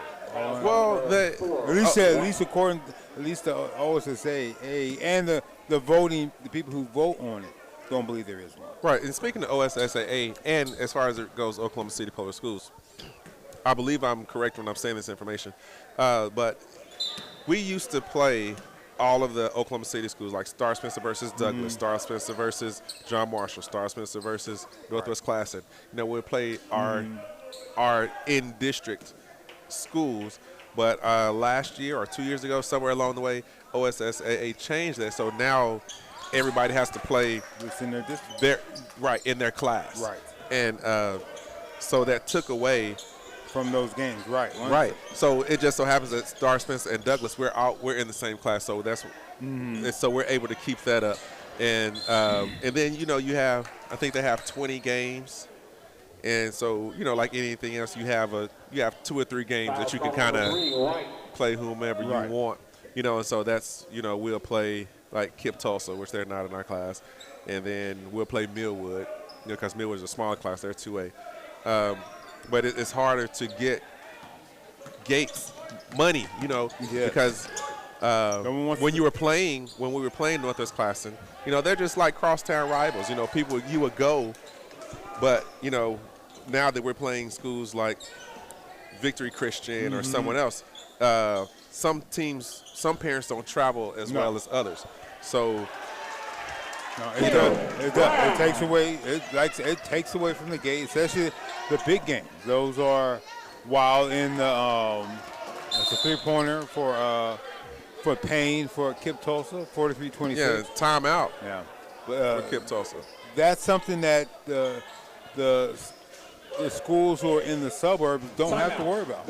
Like all 3 of the Edmond schools are in the same class. Right. They may not always be in the same district, but they're in the same class. The Moore schools are in the same class. The 2 Norman schools are in the same class. And so those are things they never have to worry about. But the city schools, Right. even the Putnam cities, because every now and then, like in football, I think Putnam City West is 682, while Putnam City is 681. I forgot how it's spread out, but so that changes up every now and then. But once again, as we mentioned earlier, especially in basketball, all the non-district games, if they're not tournament, then they're all the district games. Right. And Yeah. so, all. and it district. takes away, unless you play, they give you the option. You can either play a tournament, an extra tournament, which will get you those 3 games, Right. or you can play those 3 games that you talked about. Right. And so a lot of schools rather have the tournament, especially the suburb Yes, schools, yes. because it gets you away. You don't have to worry about having to host anything, and it gets you prepared for the postseason. Right. But if you're especially the city school, and you're not always wanting to travel to other parts of the state, and you want to use those 3 games to play your in-city rival, but there's still not enough to make up for the lost gate. Right, you're right. And, speaking of tournaments, this is about to be tournament season. Not season, but tournament, the time. Yes. In the time of the season where they do lots of tournaments. Payne with another 3-pointer from top of the key. I think Payne is starting to come alive for the Bulldogs. Star Spencer, or at least the boys, they're going to Hugo. Oh, okay. Hugo tournament. Okay. But before that, this weekend, they're hosting Bobcats. We're hosting our own tournament. We're hosting our own tournament here at Star Spencer. So those that's watching and listening, you can come up Friday evening, all day Saturday, and Sunday morning to catch some basketball. I can't think of the teams that's in it, but we're hosting a tournament. Wow, Sunday morning. It's 3 night, three. Yeah, games. most schools is always usually Thursday, Friday, Saturday, but I like Sunday morning basketball. You can't beat that. Well, Michael, don't quote. Maybe it is Thursday, Friday, Saturday. Maybe it is Thursday, Friday, Saturday. But I know it's this weekend. But, okay. Because Sunday morning, usually people go to church. Right. Yeah. But I was going to say, but that's different. That's cool, but that's different. it may be Thursday. But see, another thing. See, I'm a band teacher, so we have our winter concert Thursday evening. Right. So that's what I have. That's what's on your mind. Yeah. Right. More than like, I'm going to assume it's Thursday, Friday, Saturday, which is fine. But I like the fact they have you're hosting a tournament. That's cool. Okay, so again, people, thank y'all for correcting me. It's officially called a festival. It's not a tournament. Okay. And I think that there is a difference between a festival and tournament. Right. Some sort of maybe sanctioned or something like that. And it's Friday and Saturday. Okay. So it's not Thursday. So it's just Friday and Saturday. Right. So that means you just got different teams playing each other. Okay, great. See, that would almost be a great. That would have been a nice block shot. I'm going to have to check out the schedule and see who's going to be there. Sean Mitchell. And once again, your fans are correcting you. Yeah, awesome. I mean, and I don't mind it because I'm not above, being wrong. And the Hugo is not a tournament either. The Hugo, that's also a festival. Okay. Oh, Washington. If you're listening, if you're listening live, and if you know who the teams are going to be in Star Spencer's festival this weekend, let us know. Yes.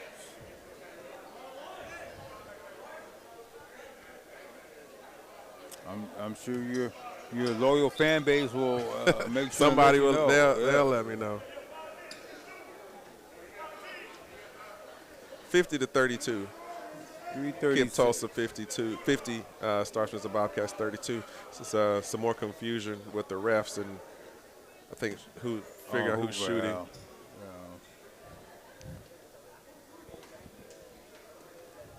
3 minutes 36 seconds.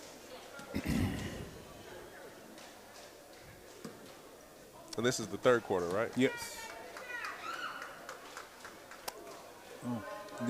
Star Spencer did a great job of getting back into the game. Had actually got within under 10 early there in the third, and then things just kind of got away from him once again. He had the 2 3-pointers from Payne, from Kipp Tulsa, and that kind of took a little of the steam out of Star Spencer. And then with Jones back on the court, they kind of have their, it's another weapon they exactly that they have to look out for.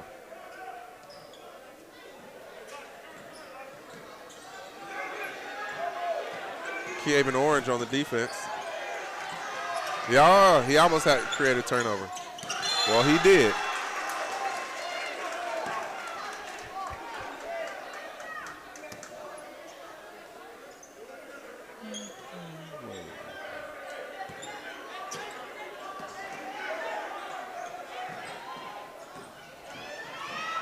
Quayshawn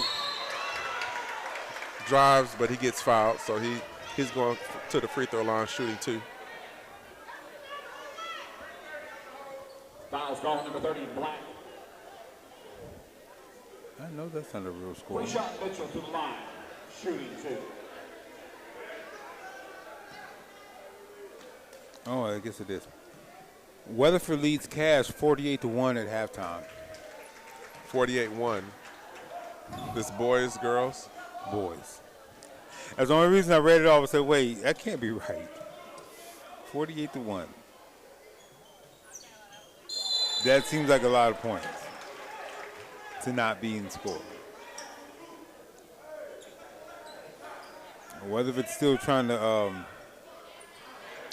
come back from last year's loss to Douglas in the 4A champion. Oh, that's his third dunk attempt. Maybe he should stop. Maybe Yeah. Maybe he should stop trying. You missed 3 tonight. Yeah. Because at some point it gets to be this you can't finish. Sorry, this ain't your night. Do something else. But he's doing so many other things, getting rebounds, going to the free throw line, playing defense. So the coach is probably letting them say, all right, you're not stopping the hustle. So right, I'm gonna let you keep going. But okay, so our festival is on the boys' side is Audubell, Hugo, in Woodward. In Woodward, okay. Nice. And the girls is Hugo, Audubell, OKC Storm. In the Storm, okay. So, and of course our boys, this is boys and girls. So if I remember correctly, OKC Storm, the girls, they were pretty decent last year when they came here. But we're going to get a chance to see, if you come, get a chance to see those down southeastern, Audubell, well, Hugo, Woodward. Woodward is way on the other side. But Jones, my goodness. 54-34 after Jones' three-pointer from almost 35 feet out. So also the tournaments that the boys are in, they're in the Enid tournament. Enid 6A, right? Yeah. So they're Kipp Orange. So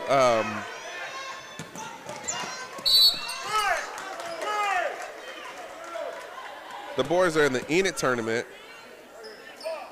January 10th, so that's coming up in a few weeks, and then the Tonkawa tournament, which is January 23rd. Oh, so they're going right back to back. January's a busy month for them. Yeah, I mean, I remember McGinnis holding. McGinnis used to hold it. They still do. They still do. Well, okay.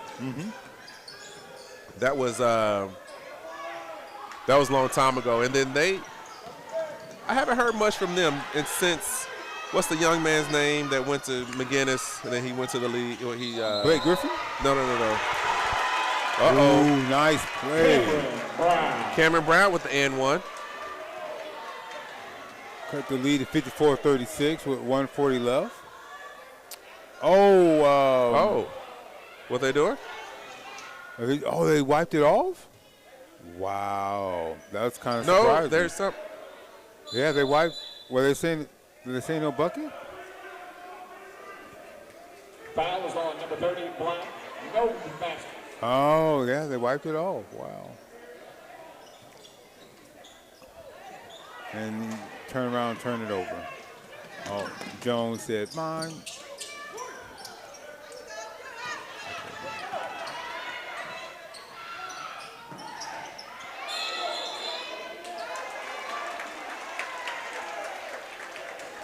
Oh, this time they do count it. And the foul.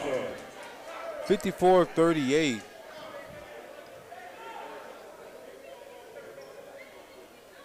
Wait.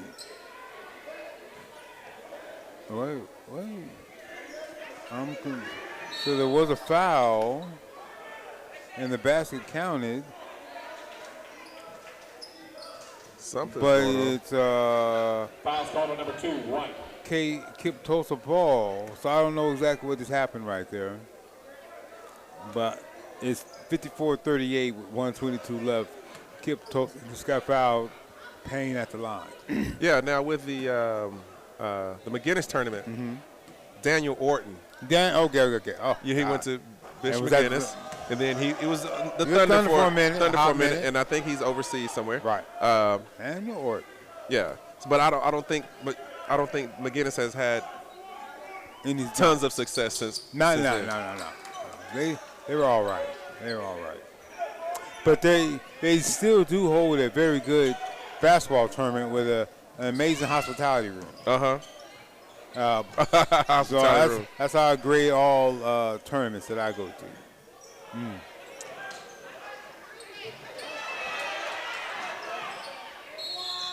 Man, they're attacking this rim. The star Spencer, that's Cameron Brown this time. Cameron Brown to the line, shooting 2.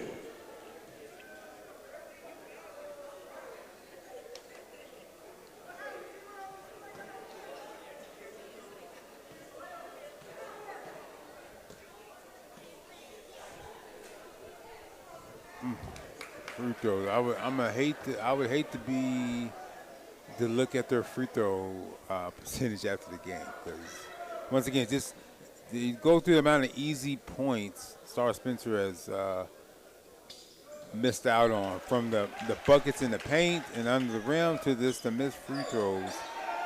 This easily could be a 10-point game. A closer game. 1 minute left in the third quarter.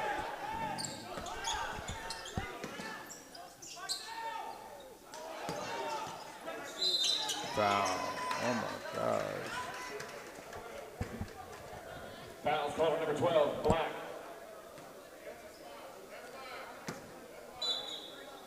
Oh, he.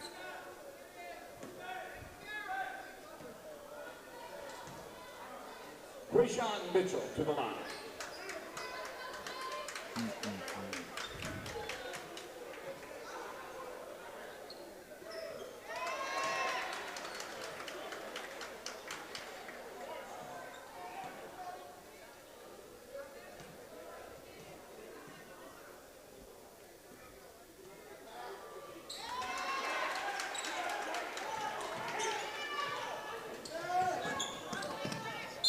Oh, and one. Ellis. We've seen a lot of and ones tonight. It also means we've seen a lot of fouls. Wow, right.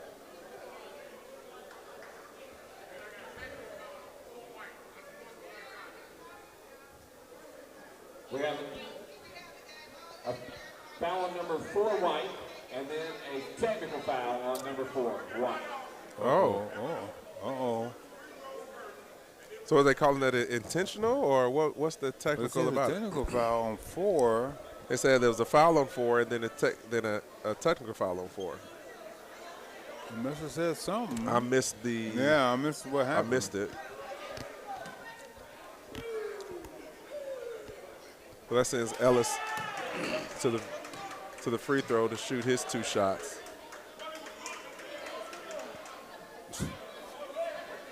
Neither coaches are happy with what's happening right now. Coach Cudjoe has made his way over to the scorers table. He's arguing about one thing, and the Kipp Tulsa coach is arguing about something else. No one is happy, but Jones is at the free throw line. So, yeah, he's now shooting the technical fouls, the technical shots. I expected nothing but net, and that's what it was.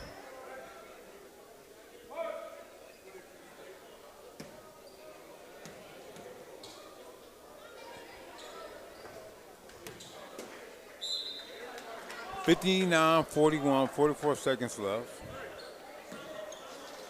And Kipp Tulsa ball. Yep, I'm saying There's a lot of the chatter going on. right. They're still talking. The coaches haven't sat down yet. They're still talking to the ref. Well, it's back in game action, so the ref had to leave. Ooh, yeah, he said, I'm leaving. Nope. He actually meant.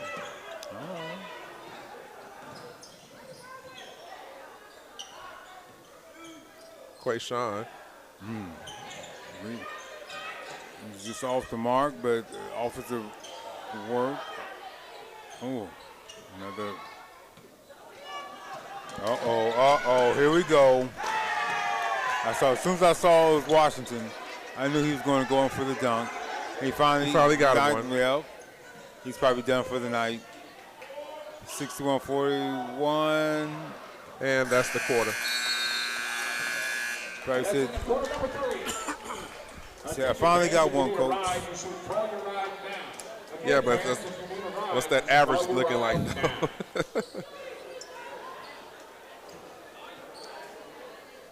Well, that was the quarter started out with Star Spencer only down 11. Uh-huh. Cut it within inside down to 9, and then things got back out of hand just a little bit. They trailed 41-61. There's a lot of confusion going on between the refs and the teams and the players. It was a little haphazard third quarter there.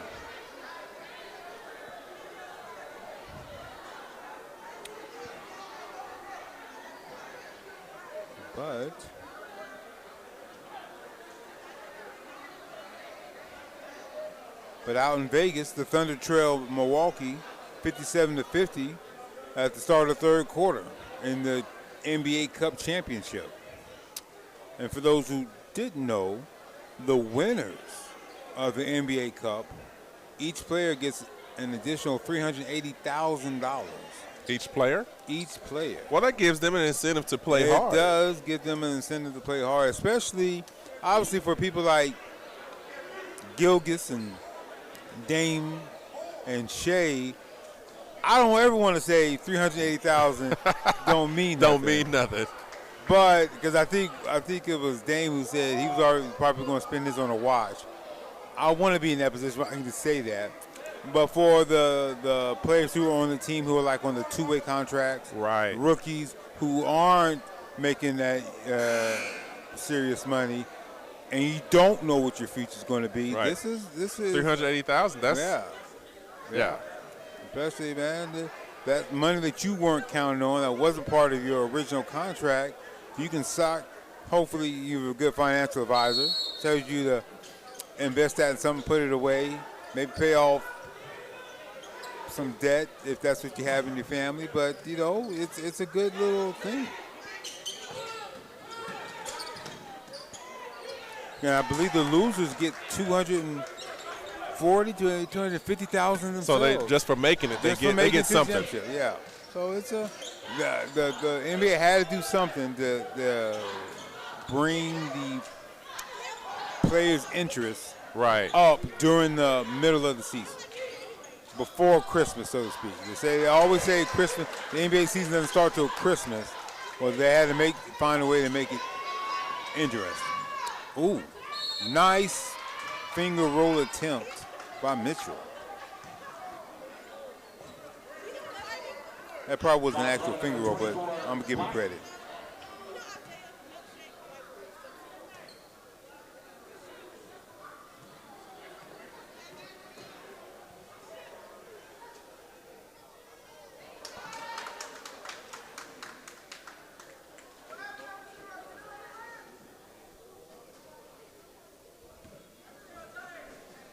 Seven minutes, 16 seconds left in the game.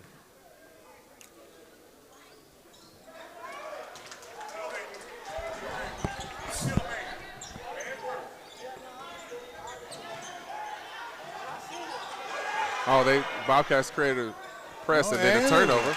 Mitchell. Shot Mitchell. Mitchell.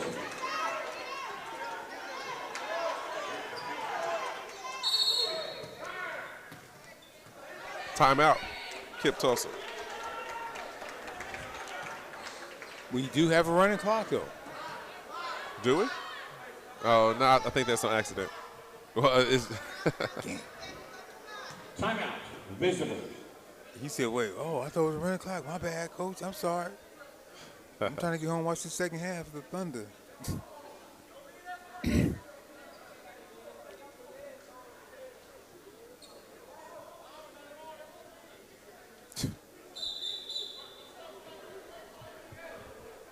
Well, that confusion has been fixed. They did not put the seconds back on the clock, but at least it stopped.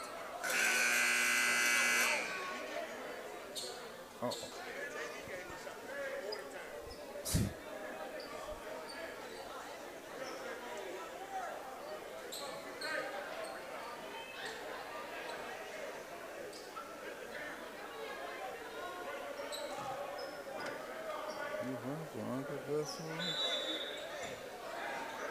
So Dungy night versus Douglas is February 1st. All right. Yeah, and you look at the Bobcats schedule. Yeah, Dungy night, and we play Millwood. Millwood is our last home game. I think that's down towards the bottom of the schedule. And I believe we got John Marshall. Wait, let me make sure I'm looking at that correctly. Yeah, John Marshall. So right after the new year, the first game of the new year is be John Marshall here. You got the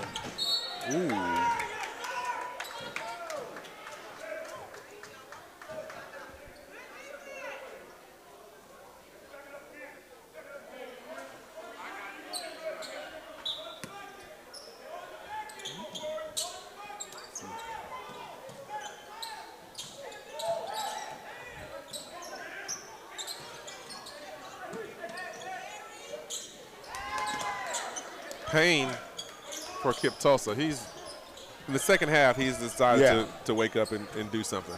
So I can't let Jones be the only one out here doing damage.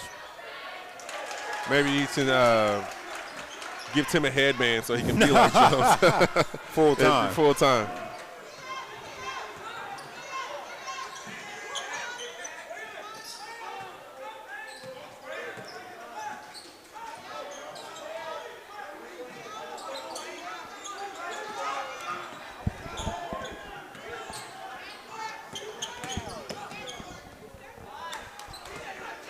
Washington.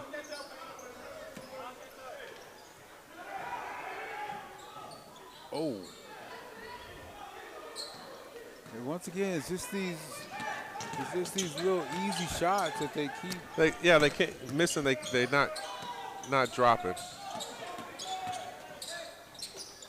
Oh, that's a turnover. Cameron Brown. He misses the shot, and they're fighting for the rebound right here. Try it again. Pass to number 11. It's the and one. There you go. There you go. Keeping the pressure up, still trying to do some things. Start with a foul.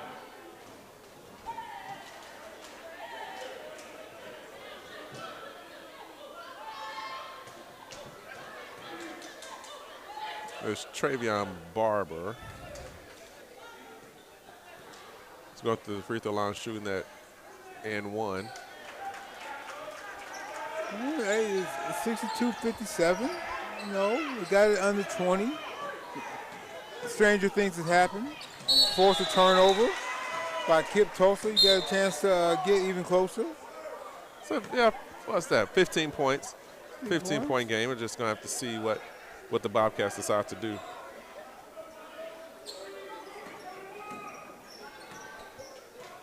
One thing we didn't know is that Barber, the kid that just shot that free throw, he was All-City Athletic Conference Player of the Year. Did not know that. In football, on football. Football. Yeah. Well, okay, good for him. Yeah, so he's an athlete. He I would attest to that. He definitely looks like one. It's another turnover. Quayshawn Mitchell. Oh, no whistle. Oh, they got it. Okay.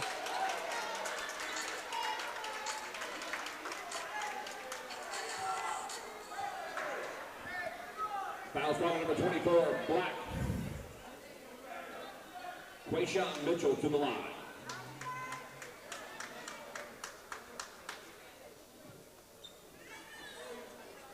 And by him being the All-City Athletic Player of the Year, he was in football for Star Spencer. He was about 32 yards shy from having 1,500 yards rushing. Baller. Okay, what year is he? Travion Barber, he is, where is it on my? Sophomore. No, junior. He's a junior. Okay, so got another year. Okay. Good for him. That's someone to keep an eye out on. Right.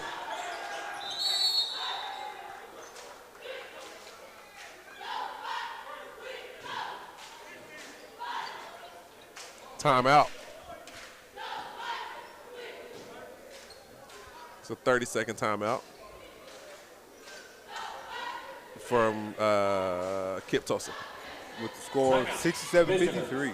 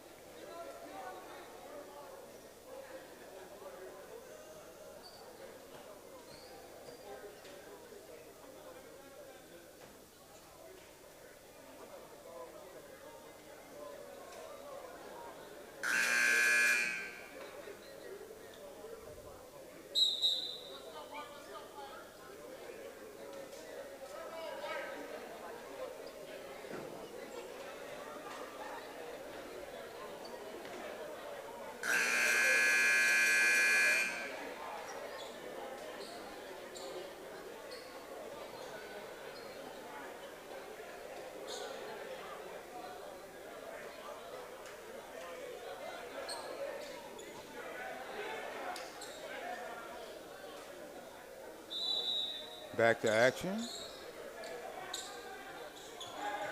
4 minutes and 40 seconds left in the game.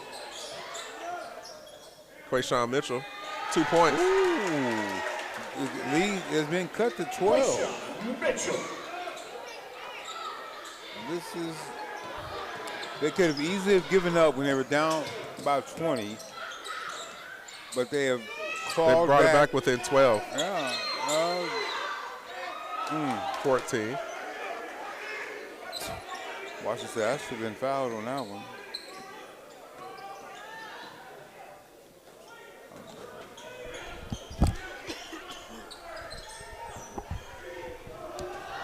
Woo! That was.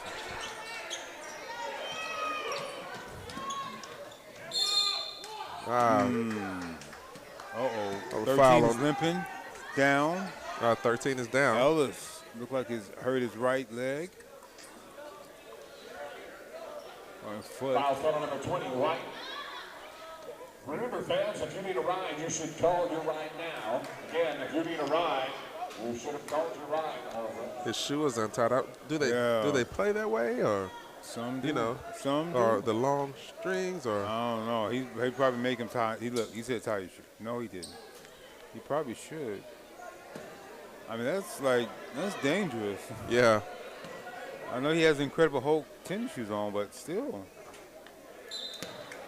Yeah, that's a little bit too dangerous. Oh, and the ref made him do it. Okay, good for you, ref. Good for you. And we were talking. I was telling you about Quayshawn Mitchell, number 2, that he played for our middle school last year. Right. And he's a freshman. He was the All-City Athletic Player of the Year in basketball. So he will be something to watch going forward in the next next year or two. Yeah, you can tell out here because he didn't start the game, but once he got in the game, he was the one that shot the half-court shot right before the half or the quarter or whatever that was, and he's making his presence known now. Yeah. In the game, I'm not keeping up with his points, but he's been aggressive. He's in the game, and he's in the game. Right. He's been aggressive. He's not been afraid to to either attack the hole or put up shots.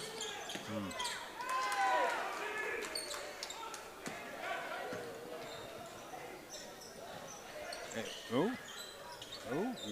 speaking of Mitchell, Yeah, there he got is. him on the wing, gave the ball up to number 5, work it around.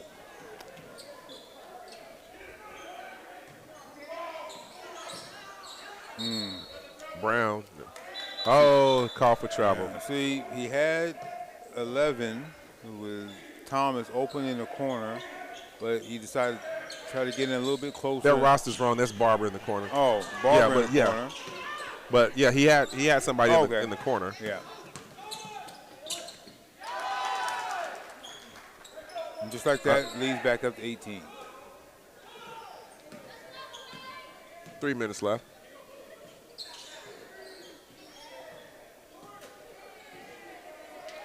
It's like they daring him to shoot it. And he said, okay. So this is who I do? Quayshawn Mitchell for 3. Okay. Give it up. Quayshawn Mitchell, he just hit that 3, and he was hustling. He almost got the rebound down here. Now he's taking from coast to coast, and he Ooh, just nice dished it to pass. Brown. Nice So Quayshawn Mitchell hit a 3, came down here, fought for the rebound, coast to coast, and got an assist to Brown, to Cameron Brown, and Cameron Brown got the N1. Cameron Brown. With a chance to cut the lead back down to 12 with 2:28 left in the game. Right now it's at 73-60. If he makes this, he didn't. You know what? 12 points. This is still a game. This is still a game. If done right, if coached right, this is still a game. And especially if, well, no. And now, Again, Quayshawn Mitchell. Nice. He dished it to Barber. He got blocked, but intercepted. So we're getting turnovers now. With 2 minutes left, this game is starting to get exciting. We just have to get some shots to drop. That was a huge one. That could have went. We got to get that momentum going. If he had knocked down that 3 right there, now it's a 10-point game, and you're still in it. And the thing about it is, these players, they haven't been. They're just now getting on the court to play like really. But as far as Kipp Tulsa, that's their starters. They've been in. Yeah, these are still the ones who got them up to the big league. And they're not. Kipp Tulsa isn't trying to run the clock out. Now they turn the ball over, but as a turnover by Kipp Tulsa, 142 left in the game, 73-60. They kind of need a shot right here. They need something to go down.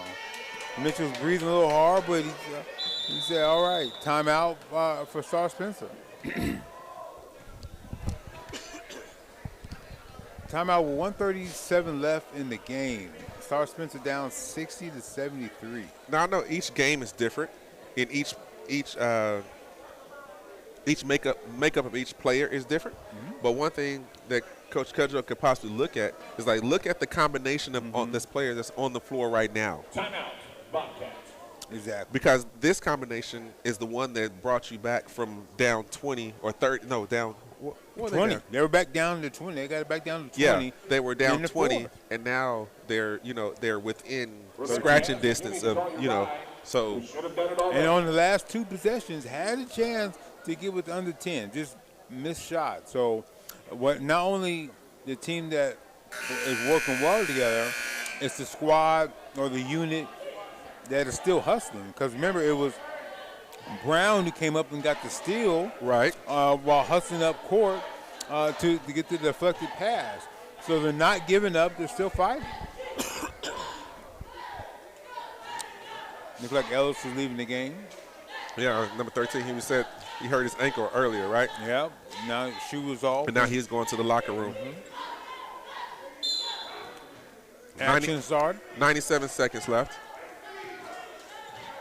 Mitchell with the ball.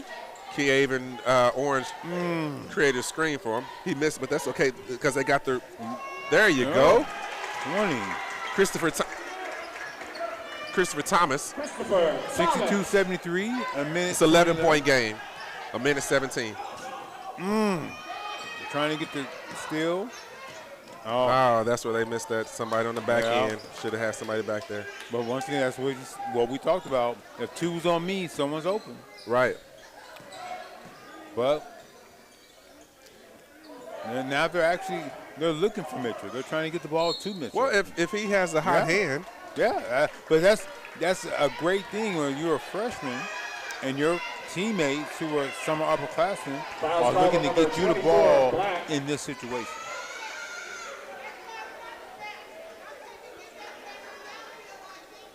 I mean, maybe not next game or the game after that, but I'm pretty sure by the end of the season, Quayshawn will probably be starting. Well, good chance. You see what he's doing now, yeah.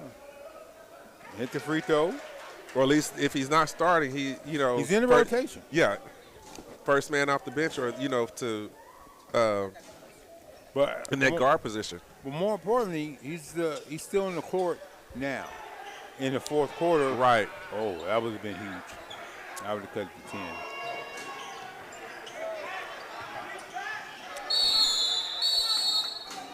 $45 seconds left. We have a foul.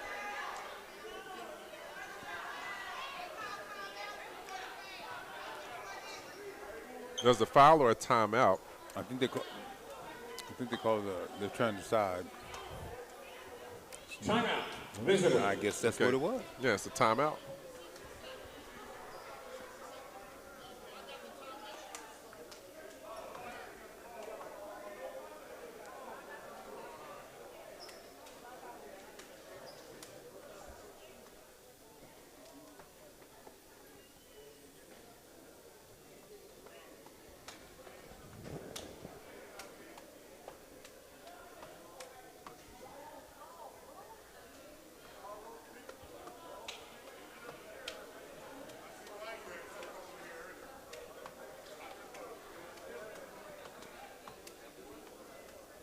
So Quayshawn, he's in the game right now, which is important in this fourth quarter.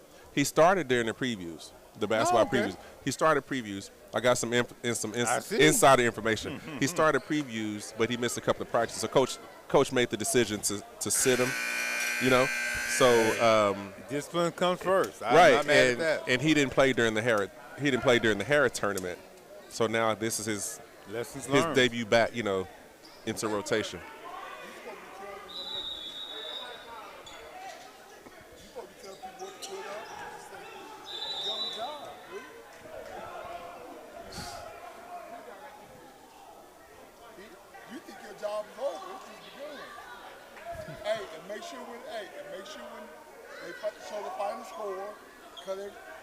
Turn the live stream off. 75-63. 42 seconds left. Oh, forced a turnover. Bobcat that forced the turnover. Kipp into Quayshawn and out of He bounds. was fouled. No, was it out of bounds or was he fouled? It's out of bounds. Bobcat ball. 12 points, 35. The time is getting short, so it could happen, but Quayshawn Mitchell. But the clock stops. Yeah, the clock stops and we get 2 points. Got a chance to cut it to 10. But when they watch the tape, number 20 when they rewatch the tape, they'll see how many free throws they missed and how many shots didn't fall. That's those first quarter misses, man. They're coming back to hunt right now. You wouldn't think they would have when you were down by 20. But now those little easy chippers right under the basket that you have to make. Well, and we said this about the girls' team when they were down and they hung in there. You can see the boys' team is 30 seconds. Even though they're down, they're not showing no signs of frustration. They're not showing any signs of or very few signs of fatigue or anything. But, they're going in. They're going to play to the end. Still five. He makes one of two. It looks like it's Kipp's ball. It's out on Star Spencer. With 29 seconds left. That may have done it. Unless they force a turnover here and we get an old Reggie Miller from against the New York Knicks, 13 points in 20 seconds. I don't think we're going to get that.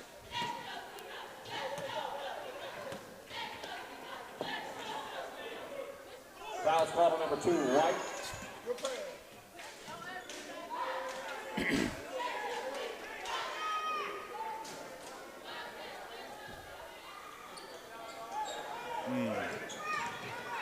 Wow, he was really about to put that up. Oh, he is about to Well, I put just it up. wondering what strategy. Are they going to go in and keep shooting or just let the clock run out? Kipp said, no, we about that life. We're gonna keep putting up shots. 15 seconds. Ball across half court. Brown. Oh, that was a great Oh, pass. okay, He wasn't yeah. ready. 20 Under wasn't 10. ready. He was 20. Now And they're letting backing it run. out. There we go. So, Oh, who? what happened? Fouls called on number 10, White. Someone fouled with 10 seconds left, but they're just going to throw the ball in. Let it go. Oh, See, that's how people get hurt. Yeah, Well, that's okay, exactly how. so that's the game. Kipp Tulsa 75, Star Spencer Bobcats 64. Remember, we have a festival here the Friday and Saturday. Those that want to watch live stream or come up and support the Bobcats and got these teams coming in. Then after that, we have John Marshall, which is January 7th, first home game after the festival. Thank you for watching. Tori Purvey, band director here at Star Spencer. And Michael Kenny Media. Please look me up everywhere. all right, see y'all later. Bye.